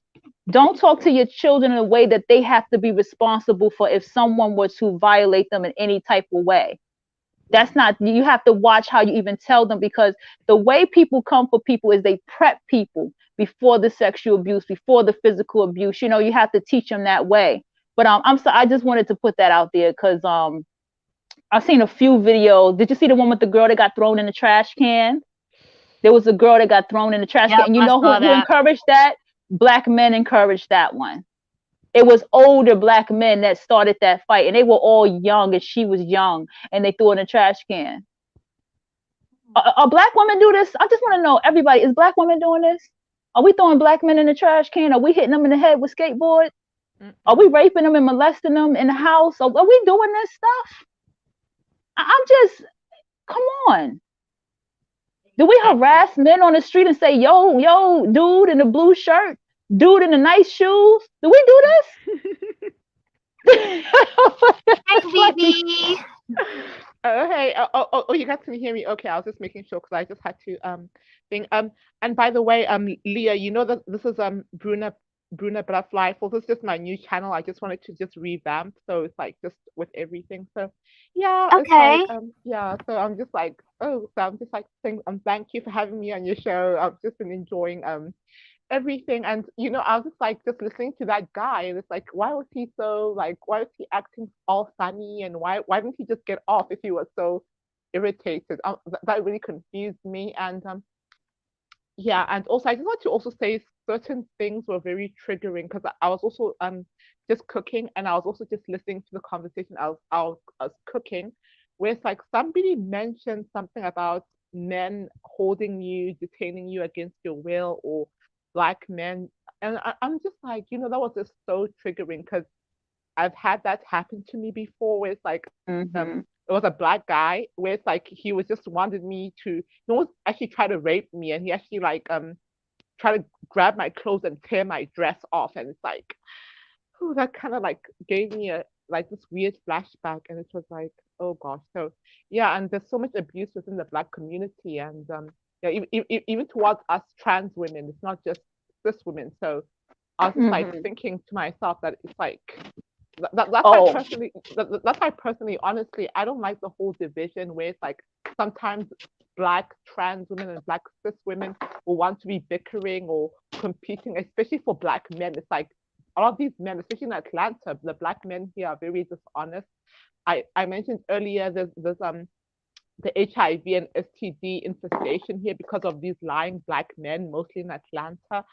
So it's like, why are black trans women and black cis women going back and forth, like trying to compete? And I'm just like, no, we're both somewhat victims of black men. It's like, I don't have that's why I don't have time to be going back and forth with a cis woman. Like, we should actually be rising together. So Yeah, this is my thoughts about the situation. And Well, I can't speak It's for against the everyone, feminine. but hold on It's one the second. feminine energy that they're against. They're against the feminine energy. I think Think about that it. to your point, Bruna, it speaking for myself, I don't think that the majority of Black women really have a problem with okay, trans people. okay. Where it becomes an issue for me is this whole idea where you have some people who suggest that we are required to be their advocates, right? And I say Yeah. that because Black women deal with such a unique and particular set of issues True. that a lot of times, frankly, we don't have room or enough resources for ourselves to then carry the weight of what other people are going through. Doesn't mean that I don't think that other people deserve rights or that other people don't deserve rights or don't deserve to be treated well. I absolutely believe that all of us as human beings have certain rights. Just for me personally, part of being self first means I have to be my priority, and the people who are of my community have to be the priority. And the other thing is there's this, I don't want to offend you. And I've known you for a while, so you know that I don't mean to be offensive. Yeah. But in like I don't see like male to female trans people of other races like looking at white women and saying, why don't you come together with us, or why don't you help represent us, or there's this TV role that was created for a white woman, right? But we're going to put a trans person in that role instead of a white woman. You don't see that. So there's a level of it feels like people just impose on Black women in this way that just does not happen with other groups of women. And that's kind of the division that you see there. It's not anything personal. It's not meant to attack you at all. As a matter of fact, a lot of Black trans people, okay, who have public platforms or who have a brand or a business are overwhelmingly supported by Black women. True. That's true. That's definitely true. I So know that. So yeah. it's it's nothing personal, but it's just we already have so much on us that we don't have room. We don't have room to take on anything else. Yeah, and be marching with y'all stuff, and y'all calling us and knocking on our door. And and don't get me started with the other race of people that be having problems and want to come running over to us. Like we really don't. Black women are really out here reaching for goals. We really out here trying to just accomplish it. You know what I'm saying? Be the queens that we are, the empresses that we are on this planet. We don't care about no being desired. You understand what I'm saying? A woman puts on, see, that's why these men don't know women. Women put on makeup and get dressed to feel good for herself for the day. Okay, Black women, we always had that on us, right? All those of us that had older Black grandmothers, they always was dressed up to the nines when they walked out that door. They make sure we did too. We had to make sure we look good amongst other people of other races because that's the DNA that we come from because of what we came from. It ain't because we want you and your funky butt looking at us. That ain't what it is. Some of us are accomplishing things out here. I'm not attacking you, I'm sorry, Katie. I'm sorry, catch your name. I'm not attacking you. I'm just saying in general, Black women are really out here doing things to be great. Okay? We have so much on us. We have so much on us. Like, come on. I bet you if you talked to the majority of Black women have nothing against anyone, We're just saying, listen, by the time we do what we have to do for ourselves, there's just nothing left. And I will say, like, I saw this, I think the channel is called The Grapevine, and they had a conversation with a couple of social media influencers, and this topic came up about the quote unquote divide between Black women and then Black trans people. And it one, I think the channel name is Hope Disguise. Hope Disguise pointed out that, okay, the majority of the people who support Hope are Black women. So it's a little bit frustrating to me overall when this topic comes up, not with you specifically, Bruna, but when this topic comes up, it's a little bit frustrating to me because I'm like, okay, all of the trans people that I know that do hair, all of their clientele, Black women. Mm-hmm. Any product they sell, majority of their clientele, Black women. So where are you not being supported? Now, I do think that, to your point, a lot of the problem is that a lot of Black women are so possessive over Black men that you will see that Black women in general will attack anyone who they feel is getting in the way of them having access to a Black man. So that's why you see some Black women who get triggered by women of other races, or, Black people who are trans. When the reality is, it's like, okay, girl, the trans people will tell you more than anything that a lot of these niggas ain't shit. Yeah. So you said that definitely. a guy attempted to sexually assault you. If this question is not too personal, you can tell me if it's too personal. But did the guy know that you were trans?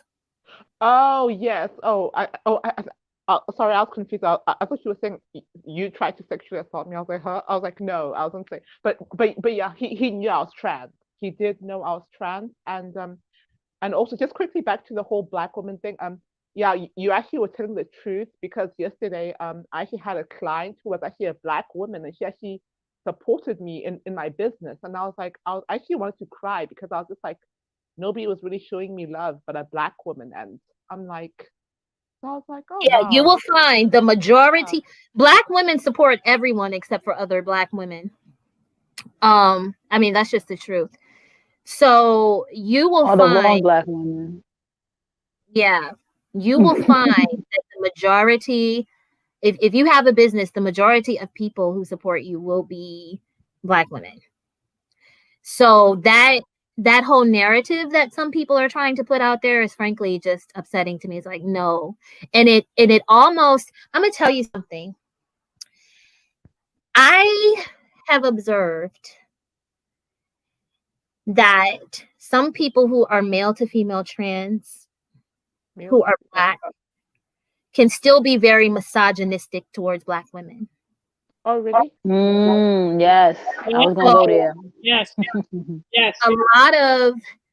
A lot, and that's what it feels like. See, this conversation is going to a ground that might be a little tough, okay? And I just gotta say it. What it feels like to a naturally born woman, and this conversation has taken place on Twitter with myself and other races of women as well. But what it feels like is you have a person, right, who is living their life as a woman, but they came into this world in a male body. So you have this person who's looking at you and saying, I deserve your advocacy. I deserve your support. I deserve to be promoted. I deserve to be treated just as much like a woman as you are. And it feels the same way that it can feel when you're a woman having a conversation with a man who's misogynistic and telling you, you must give me your time, you must give me your energy, you must give me this, you must give me that. And that's the whoa, wait a minute, that you see from a lot of Black women. Because it's a male supremacy through the transgenderism. I want to be better than you. Because we're being mocked. Because, okay, may I add, please let me jump in this, please. We're being mocked by Black men. Do you notice that? Because when a gay man would imitate a woman, who would he imitate? He would imitate a very classy woman, a very sophisticated woman. Even an older gay Black man would imitate like a Felicia Rashad, or just name all those older Black women that are still alive today. These Black men that are gay, they're mocking us. They're throwing on wigs and makeups and lashes and saying, I'm a woman now and I'm a better woman than you. And they get on TV I'm a and they talk, than you. And then you and have they these still men. talk smack talk. They still talk shit to us on camera. They still talk shit to us. No different than a Tommy Sotomayor, no different than a Kevin Samuel. They all do the same. Girl, let me mute myself because I'm about to. No, but I feel you, because you have these men. You have these men with social media platforms looking at Black women and saying, well, this person who is male to female transgendered looks better than you.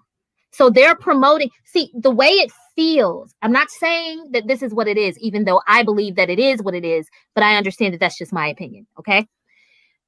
The way it feels is that you have men saying, we want to be in charge of every space, including womanhood.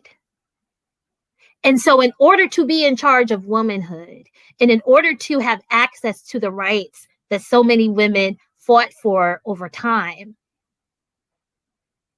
the image of Black womanhood is going to be a person who is transgendered, and you have to accept it.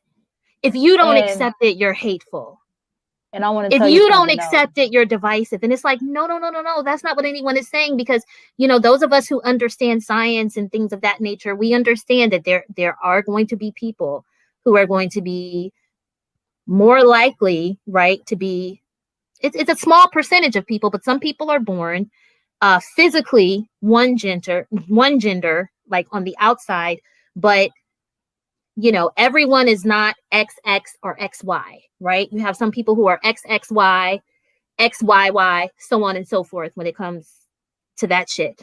So we understand that there are some people that they're born one gender, but they feel that they are the other gender because of their biological makeup. We understand that. We don't have a problem with that. We're not hateful people at all. Black women are far too accepting, if you ask me. But the part that I don't like is this thing of saying, even in your womanhood, a man is in charge. A man's image is what is going to be placed at the forefront. That's kind of oppressive. And you know what, too? You know how they're not women, or they don't believe they're women? Because a woman would never try to invade another woman's space. We are all about space. We would not be marching and yelling about the things they march and yell about. They're acting like men. A woman would not tear up a space because you said something wrong to her. Men do that. We don't do that. We might punch the glass or knock something over, but we're not going to tear it up. We don't. Exactly. Women won't even fight in a makeup store. We won't fight in Victoria's Secret or Sephora. We will walk out the store and fight. Okay? We're women. Even the language that people are starting to use to describe women.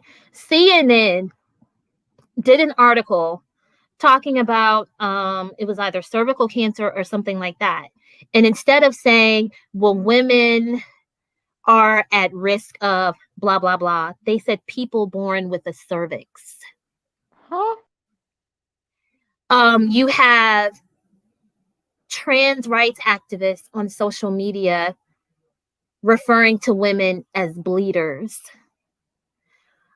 You know, that, and that's offensive. It literally feels like Yeah, It disrespect. feels like the original image of womanhood is being erased, and it's being erased to appease people who were born in male bodies.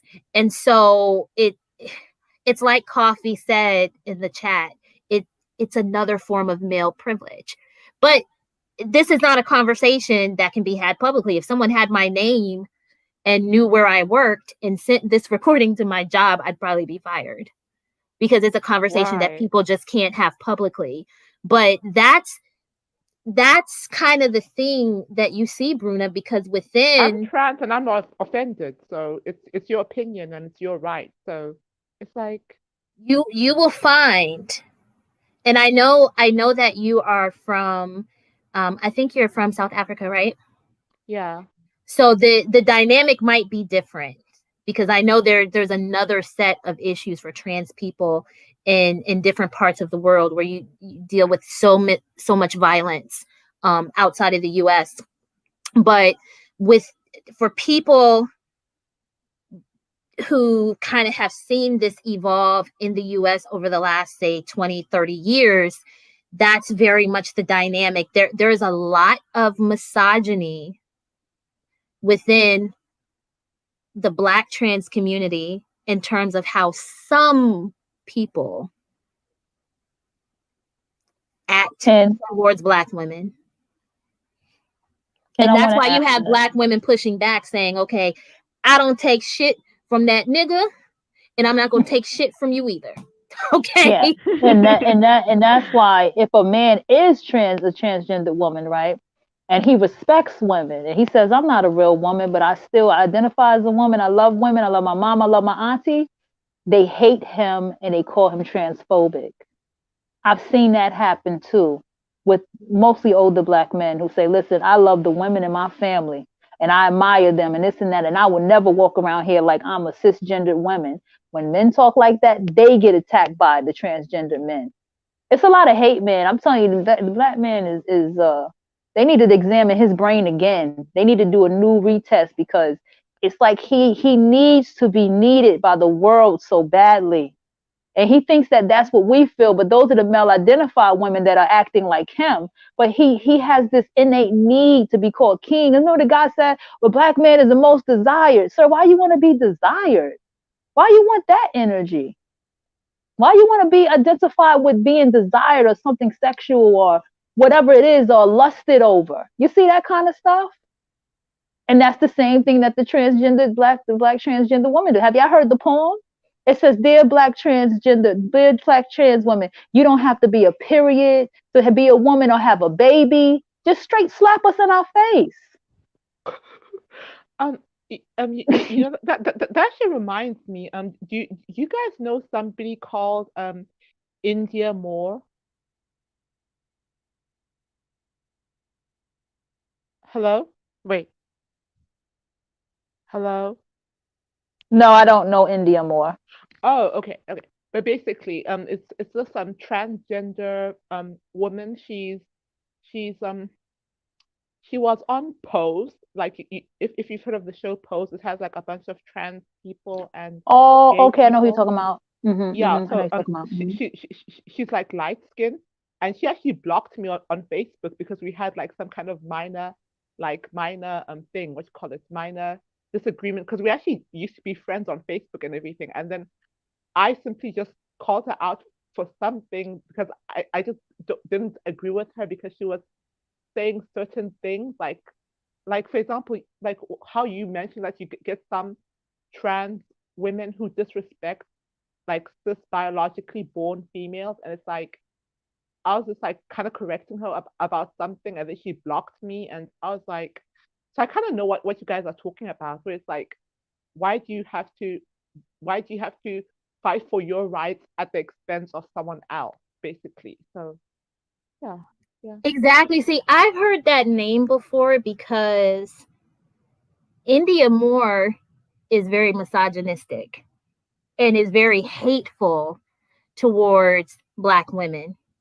Yeah, Okay. no, yeah, and I had to check And on Facebook, India, and she was but like, India does that um, because, in my opinion, India Moore is one of those people who views themselves as being in competition with Black women for Black men, not understanding that a lot of Black women are not romantically interested in any man, frankly, who deals with other men or with trans people. Okay.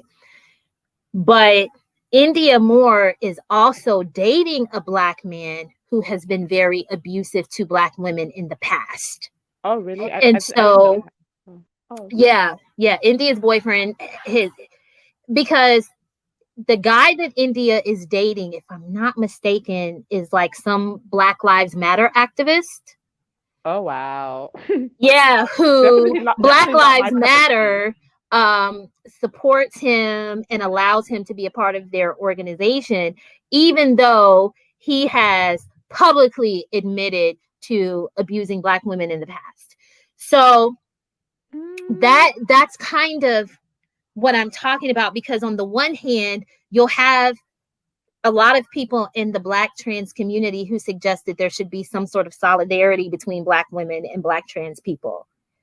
And they will say that they are Black women too. And it's like, well, if you view yourself as having some sort of connection to Black women, then why would you date and support anyone who has been abusive to Black women? I don't respect So that. the support and the advocacy is very one-sided. Okay, because it's like that, at least in the US, that community wants to take and take and take from Black women, right? But then when you have Black women who say, well, we need spaces for ourselves, like Black Girls Rock, you have very prominent and well-known people within the Black trans community who say, they dragged Ava DuVernay because they said, well, you should have acknowledged some Black trans people at Black Girls Rock. And so it's like now it's getting to the point where you can't even have spaces specifically for Black women. I don't understand. I understand that within the LGBTQ community, biologically born women are called cisgendered, but I don't call myself that. I'm a Black woman. And I feel like it's an imposition on my identity for people to say that I have to change what I call myself to accommodate people born in male bodies. That's the misogyny. 98% of the people walking around in this country who present themselves as women are biologically born women. But to accommodate the 2%, I got to change what I call myself and how I view myself. And if I don't do it, you know, you're canceling me like they did Letitia Wright. I'm a transphobe for even saying that. So that's the disconnect. It's not because anyone has a problem with you being who you are, but you being who you are should not have anything to do with me. Like, I don't have to change what I call myself. I don't have to change how I view myself. I don't have to change that. And then you have certain other issues that come up, like the whole bathroom thing. When women were pointing out that it was a possibility that you would have some men dressing in women's attire to get into women's bathrooms to violate women and girls, you're transphobic. But that has happened a couple of times. Yeah, that was crazy, you know. So that's what it is. Like I said, nobody has a problem with you being who you are. But to be honest, I feel like the trans community has a problem with women, because you can't even say women anymore in public spaces. You have CNN, one of the largest media organizations in the country, saying that I'm a person with a cervix.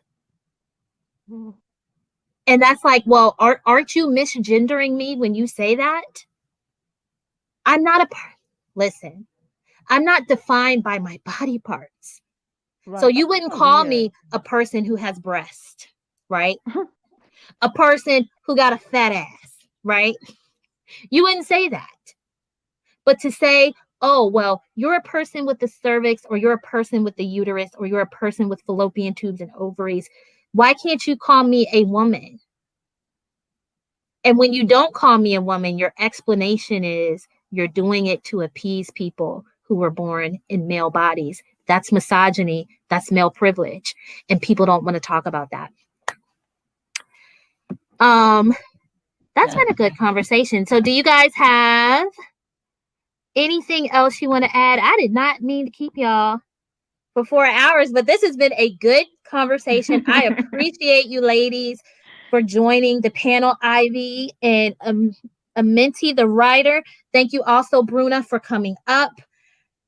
You all made this such a wonderful conversation. And in all honesty, I had been kind of like, not really feeling YouTube lately.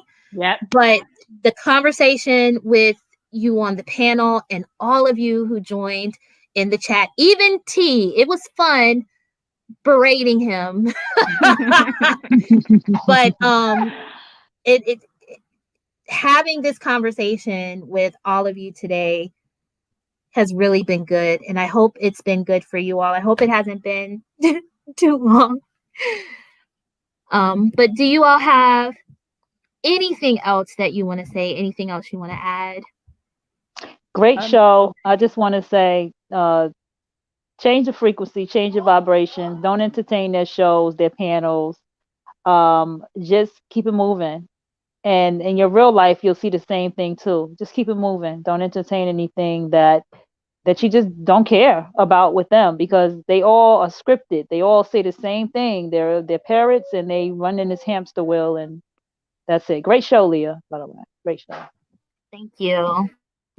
Just wanted to say, it's Ivy. Thanks for having me on. It's been a pleasure. You know, I felt the same way. I'm just like, all right, I need to stop being in this space for a while. But just as a Black woman, like, I'm just so passionate about.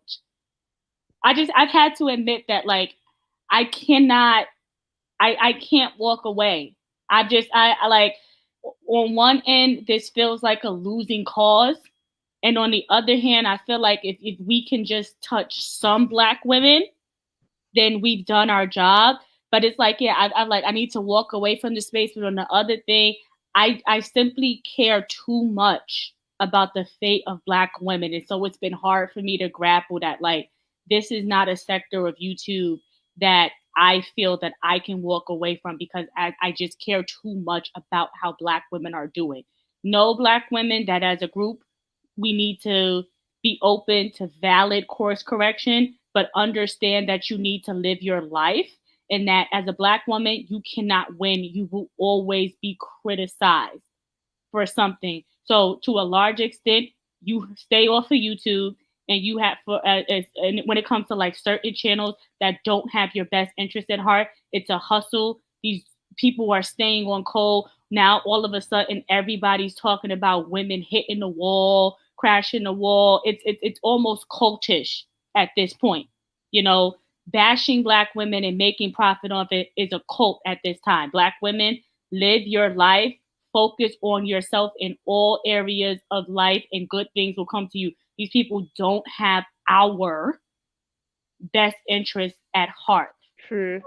And you have to realize that. Be very selective of whose advice you listen to and you consider on YouTube, you know. And when these fools say something, that's what Google is for.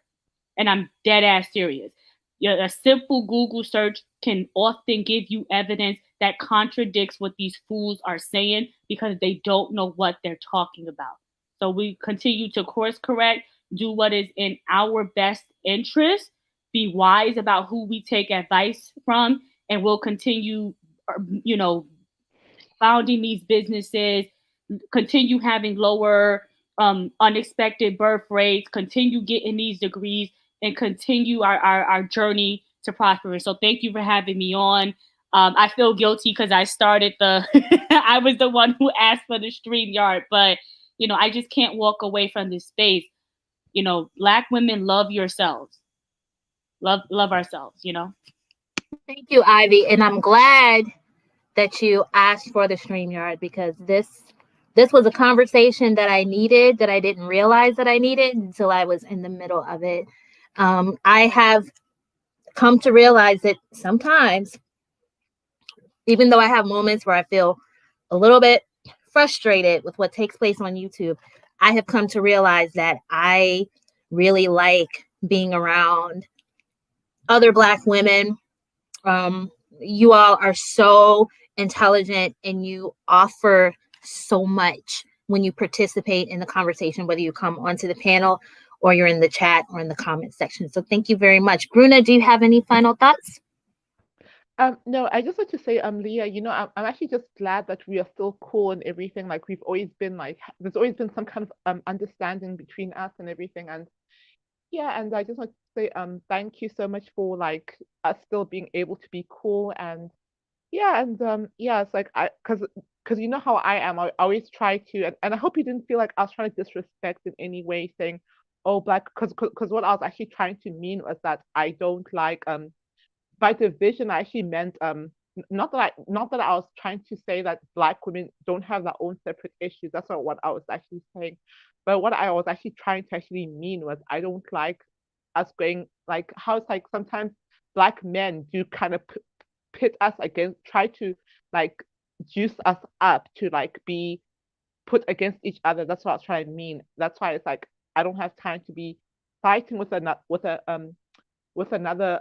biologically born female woman, that when it's like we're both somewhat victims of within the Black community, just like how with this girl, how remember on Cynthia G's live stream, she was showing us that thing where it's like this guy, I forgot his name, was saying all these degrading things towards the Black girl who had the dark skin and she had the weave, and telling her how to get a good quality man. And I'm like, really, it's like, girl, like you can't be letting him talk to you like this. Just log off. And how I was actually saying earlier on, it's like I felt like he was being very rude and disrespectful to her as a woman. So yeah, that's just me. And yeah, I'm just glad that we can still be cool and everything. So yeah, Yeah, definitely. and I also just wanted to say, was that the thing, what you call it, I